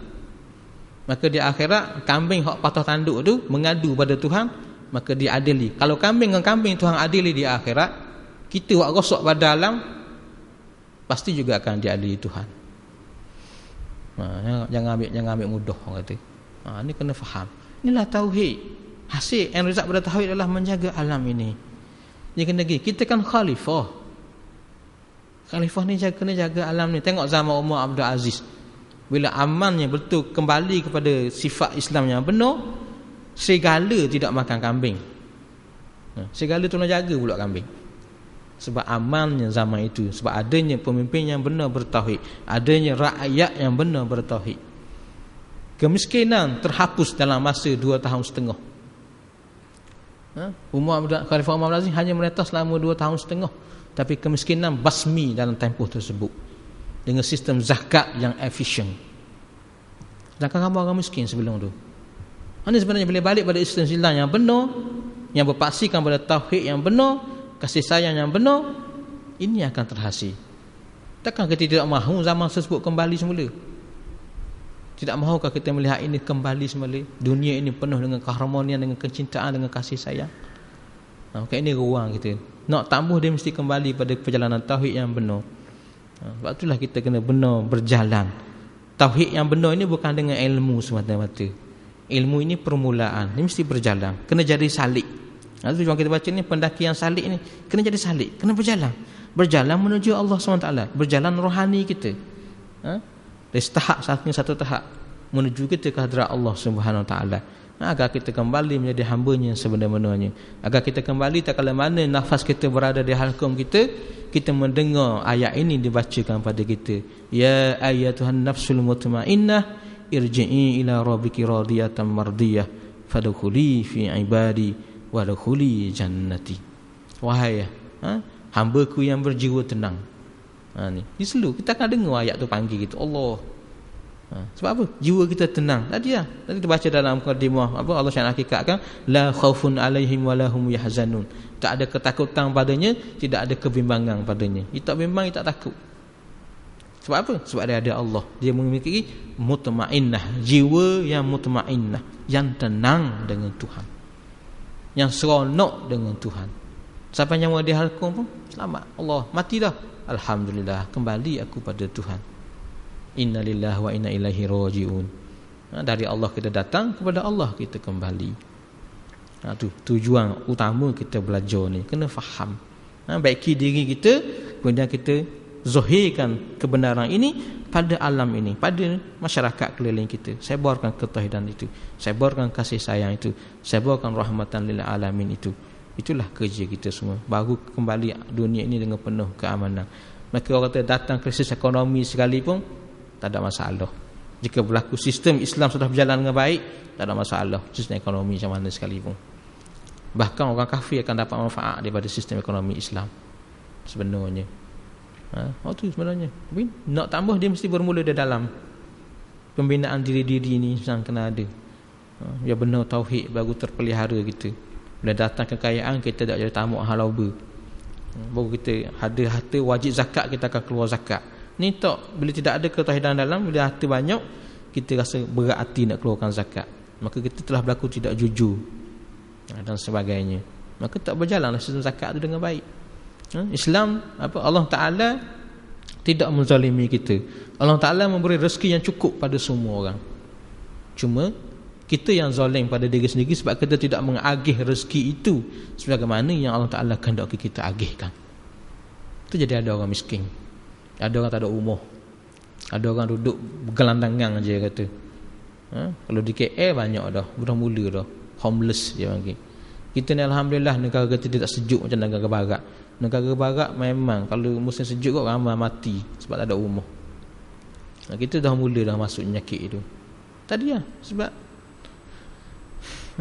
rezeki yang Tuhan turunkan tidak diagih dengan cara yang benar. Sebab apa tadi? Sebab tidak balik pada ketauhidan yang benar pada Tuhan. Jadi timbullah penyakit-penyakit itu, timbullah penyakit tamak, halauba dan sebagainya. Maka jadilah apa yang telah terjadi. Maka inilah peluang dan ruang kita untuk baiki balik keadaan ini. Dengan kita baiki kembali diri kita, dengan kita kembali mengambil sunnah Nabi yang paling besar, yakni ketauhidan yang berbekas pada jiwa kita ni. Yang benar kita bertauhid dan kita menyebarkan ia dalam bentuk kasih sayang kepada sekalian manusia yang ada keliling kita. Dan kita memberi kasih sayang itu kepada dalam bentuk keharmonian kepada alam ini. Tak kala itulah bagi zahirnya rahmatan lil alamin, kerahmatan untuk seluruh alam tanpa mengenal siapa, bangsa, agama dan sebagainya. Itulah yang diajar oleh Nabi kita Muhammad sallallahu alaihi wasallam. Inilah yang kita hajati daripada sedikit perkongsian kita yang nampak sedikit tapi maksudnya cukup besar. Maka yang mana telah menerima amalan, beramallah sungguh-sungguh, nak baiki diri. Berzikirlah betul-betul la ilaha illallah. Tanam sungguh-sungguh, tanam la ilaha illallah. Tiada yang berkuasa melainkan Allah yang berkuasa. Tiada yang mendengar, tiada yang melihat, tiada yang berkata-kata. Tanam sesu, tanam sungguh-sungguh. Tiada yang kidam, tiada yang bakok, tiada yang mukhalaful hulil hawadis. Tidak ada yang kekal, tidak ada yang sedia melainkan Allah Ta'ala. Nak beritahunya akan kebesarannya Allah Subhanahu Ta'ala itu. Tanam. Jadi tidak ada orang lain pun hebat, satu pun tidak hebat. Yang hebat itu hanya Allah. Yang berkuasa itu hanya Allah. Yang bijaksana itu hanya Allah. Bukan kita yang bijak. Bukan kita yang bijak. Jadi bila kita tak bijak, kita nak dekor ke mana pun takkan mampu. Sebab Allah bijak, Allah akan tahu tipu daya kita. Dengan sendiri kita akan berubah jadi baik. Contohnya itu ditanam la ilaha illallah, la ilaha illallah. Sungguh-sungguh buat lagi banyak lagi baik. Kalau dulu kita dah buat zikir 10 je sehari, kena tambahlah 33, 66, 100. Kita tambahkan 100. La ilaha illallah. Tanam masuk. Sebut pula dengan emosi, pakai emosi pula. Tuhan yang bagaimana ni yang kita sebut ni? Tuhan yang sangat sayang pada kita. Maka balas kasih sayang Tuhan. Sebut la ilaha illallah dengan penuh kecintaan balik. La ilaha illallah. Tengok pula pada badan kita. Ada satu pun hak aku semuanya milik Allah. Kuat hak ada pada jasad ini daripada Allah. Pendengaran ini daripada Allah. Pertuturan ini daripada Allah. Penglihatan ini daripada Allah. Pemikiran ini daripada Allah. Nafas ini pun daripada Allah. Mana satu milik aku? La ilaha illallah. Sampai tengok Allah. Kok Tuhan belaka? Dah mana milik aku? Mana hebat aku? Kenapa aku menyombong? Kenapa aku jadi begitu? Kenapa aku jadi begini? La ilaha illallah. Tengok diri, renung diri, selawat pada Nabi. Semua ni kasih sayang Nabi pada kita. Itu amalkan sungguh-sungguh. Tu ulang balik yang nak diamal tu kan. tahlil di zikir la ilaha illallah lepas subuh, lepas isyak, banyakkan selawat. Lagi Allahumma shalli ala sayyidina Muhammad. Banyakkan zikir dalam hati, Allah Allah Allah, di mana saja berada. Yang keempatnya, banyak guna akal kita, guna ilmu kita, pandang semuanya daripada Allah. Kaitkan dengan Tuhan. Kaitkan dengan Tuhan. Apa saja, itu proses yang cepat. Kaitkan dengan Tuhan. Apa saja berlaku, kaitkan dengan Tuhan. Semuanya daripada Allah. Buang istilah muju, buang istilah nasib baik, buang istilah kebetulan. Buang semua istilah-istilah yang jauhkan daripada Tuhan. Buang istilah gerah. Bukan gerah, takdir. Semuanya takdir daripada Allah Ta'ala. Semuanya dalam pengaturan Allah Subhanahu Wa Ta'ala. Itulah kebenaran, itulah kenyataan. Maka kembalilah kita kepada kebenaran. Jangan kita hidup dalam angan-angan, jangan kita hidup dalam khayalan, jangan kita hidup dalam tipu daya dunia ini. Duduklah di atas kebenaran. Wal asr innal insana lafil khusr. Semua orang dalam kerugian. Ilal ladzina amanu wa amilus solihat wa tawassaw bil haqqi wa tawassaw bis sabr. Mereka orang yang duduk atas keimanan tadi, orang yang berpesan dengan kebenaran, berpesan dengan kesabaran. Itu yang sebenarnya. Jangan tertipu kita, jangan.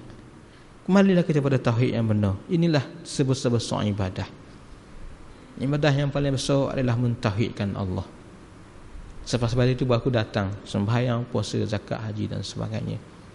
Sembahyang adalah syahadah, bukan sekadar mengucap. Salah kita kata rukun Islam yang pertama itu adalah mengucap dua kalimah syahadah, bukan mengucap, tapi bersyahadah, mensaksikan, menyaksikan Allah dalam segala sesuatu. Anta syahadu an la ilaha illallah, engkau bersaksi dengan ilmu engkau, dengan rasa engkau, dengan pandangan mata hati engkau bahawa la ilaha illallah, tiada sesuatu melainkan semuanya adalah hak Allah Subhanahu Wa Taala. Inilah kerja kita, inilah maksud amal, inilah maksud perkongsian kita. Tiada maksud yang lain daripada itu.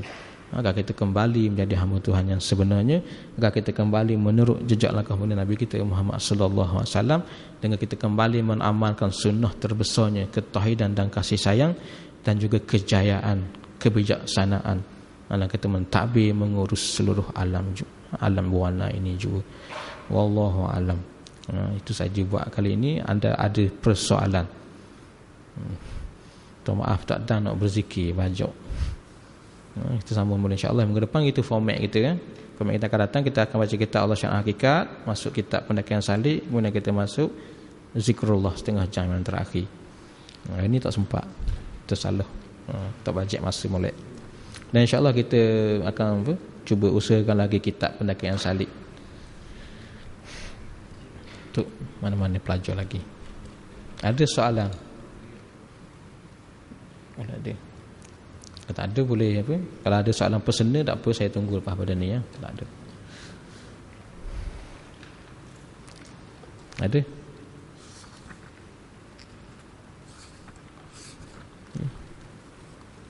Jadi moga difahami ya. Itu yang diajar oleh moyang kita, 4 perkara tadi ya. Kena ingat balik ya. La ilaha illallah selepas subuh, lepas isyak 10 kali, 100 kali paling baiknya. Tanam dengan makna sebut la ilaha illallah. Fokus pada jantung. La ilaha illallah sebut, fokus di sini. Fokus di sini, tanam makna. Ambil satu persatu percaya yang sifat 20 tu. Bermula dengan kidam bakok. Tiada yang kidam melainkan Allah yang kidam, tiada yang bakok melainkan Allah yang bakok. Ataupun apa-apa fahaman yang ada, tiada yang berkuasa melainkan Allah yang berkuasa. Tanam. Tengok pada diri lagi, pandu tidak ada. Masa-masa lain zikir dalam qalbi, Allah Allah Allah Allah Allah. Hidup zikir kita dengan Allah. Bila kita betul hidup dengan Tuhan ni, kita akad takbir je, Allahu akbar, terus kita ingat ke Tuhan. Sebab dia dah hidup. Gimana-mana pun dia tak akan lupa pada Tuhan. Bila berlaku benda-benda yang mengejut, dia akan telatah Allah mulut kita. Tak akan keluar benda lain mulut, akan keluar Allah. Itu nak supaya bila telatah tercabut nyawa kita sekalipun, yang keluar pada mulut adalah Allah. Sahabat saya Cikgu Zulkifli yang saya cerita dulu tu, masa dia nazak ni, mengalir ni kan, mulut dia dia macam kacing gigi, jadi gigi dia berdarah. Darah yang mengalir tu rupa-rupanya mengeluarkan kalimah Allah terzahir atas bantalnya kalimah Allah alilana darah tu. Sampai mati dia ingat ke Tuhan kata. Mungkin mobil tak gerak dah tapi hatinya hidup dengan Tuhan. Tahu-tahu pun bila nak basuh sarung sarung batal tu, buka sarung tengok atas batal warna putih tu bekas darah. Memang ada terukir kalimah Allah dalam darah tu. Bentuk macam kalimah Allah. Anda hati orang duk lupa Tuhan.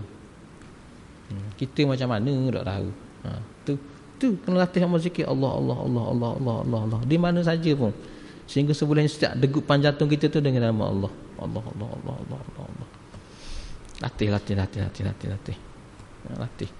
Yang ketiga, banyakkan selawat. Selawat mana-mana selawat pun lah. Yang paling baik selawat Ibrahimiyah. Sebab kita selawat kepada seluruh Nabi. Atas Rasulullah, atas Ali Ibrahim, Sayyidina Ibrahim dan Nabi Ibrahim dan keluarganya seluruh Nabi. Lebih besar pada selawat kepada Nabi saja. Kita selawat kepada Nabi dan seluruh Nabi-Nabi yang lain. Juga situ ada juga kita selawat pada seluruh manusia sebenarnya, mohon keselamatan. Selawat Ibrahimiyah tu maknanya kena baca selawat dalam tahiyat akhir tu sampai habis, sampai kamar-kamar.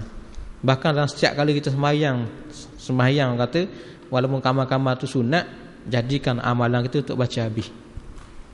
Jadikan. Memang yang wajib baca Allahumma shalli ala sayyidina Muhammad wa ala ali sayyidina Muhammad habis. Itu wajib situ je. Tapi kita jadikan amalan kita sampai habis tu baca wajib. Allahumma shalli ala sayyidina Muhammad wa ala sayyidina Muhammad kama shallaita ala sayyidina Ibrahim wa ala sayyidina Ibrahim wa barik ala sayyidina Muhammad wa ala sayyidina Muhammad kama barakta ala sayyidina Ibrahim wa ala sayyidina Muhammad wa barik ala sayyidina Muhammad wa ala sayyidina Muhammad kama barakta ala sayyidina Ibrahim innaka Hamidum Majid. Baca habis. Latih amal. Walaupun banyak sunat orang kata. Sunat sembahyang tu pun sunat dah. Kita baca habis, latih. Sebab kita nak selawat pada seluruh Nabi dan juga selawat pada seluruh manusia dunia ini. Sebab kita nak belajar sebarkan kasih sayang pada seluruh alam. Latih.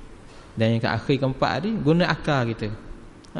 Apa saja berlaku sekeliling kita, kaitkan dia dengan Tuhan. Kaitkan dengan Tuhan. Trafik lamp merah pun rezeki dari Tuhan. Trafik lamp hijau pun rezeki dari Tuhan. Kena marah dia orang pun rezeki dari Tuhan. Macam-macam. Semua kaitkan dengan Tuhan. Pandang, kita belajar memandang di sebalik segala sesuatu adalah Allah Subhanahu Wa Taala.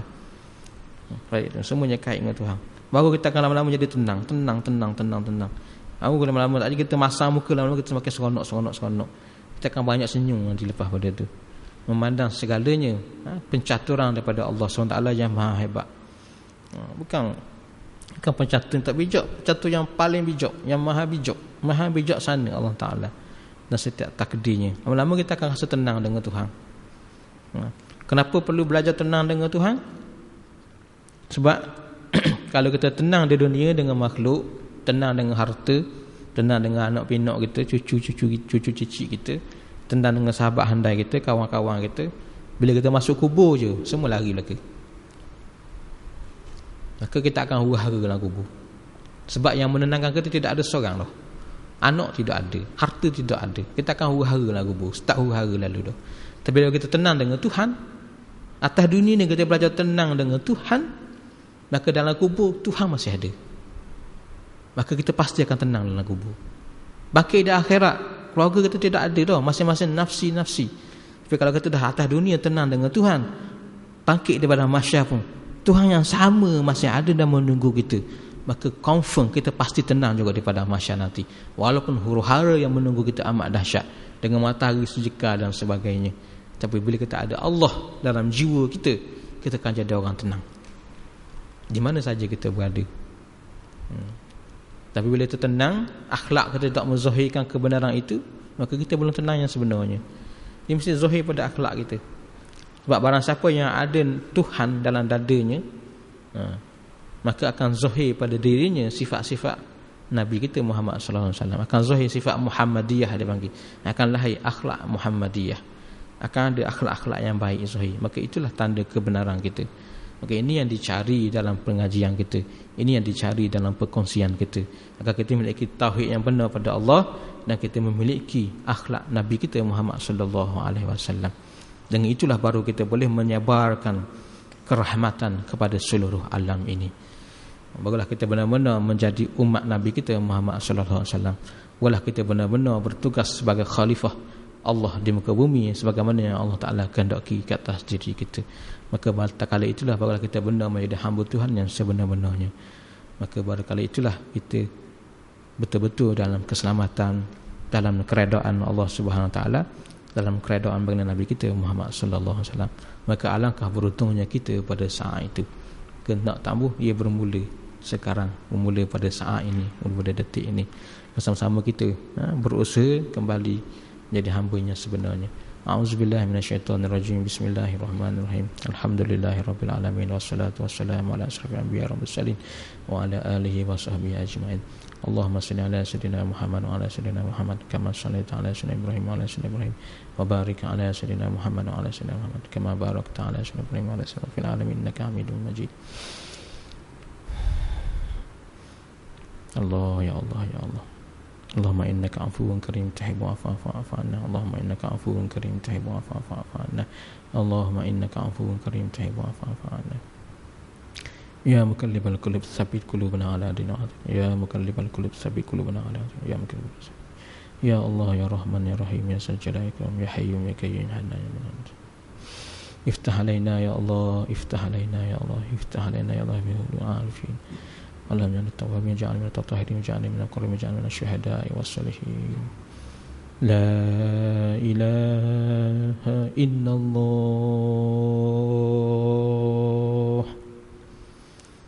لا إله إلا الله لا إله إلا الله Allah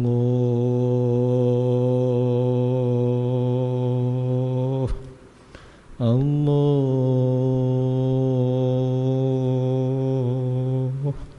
Allah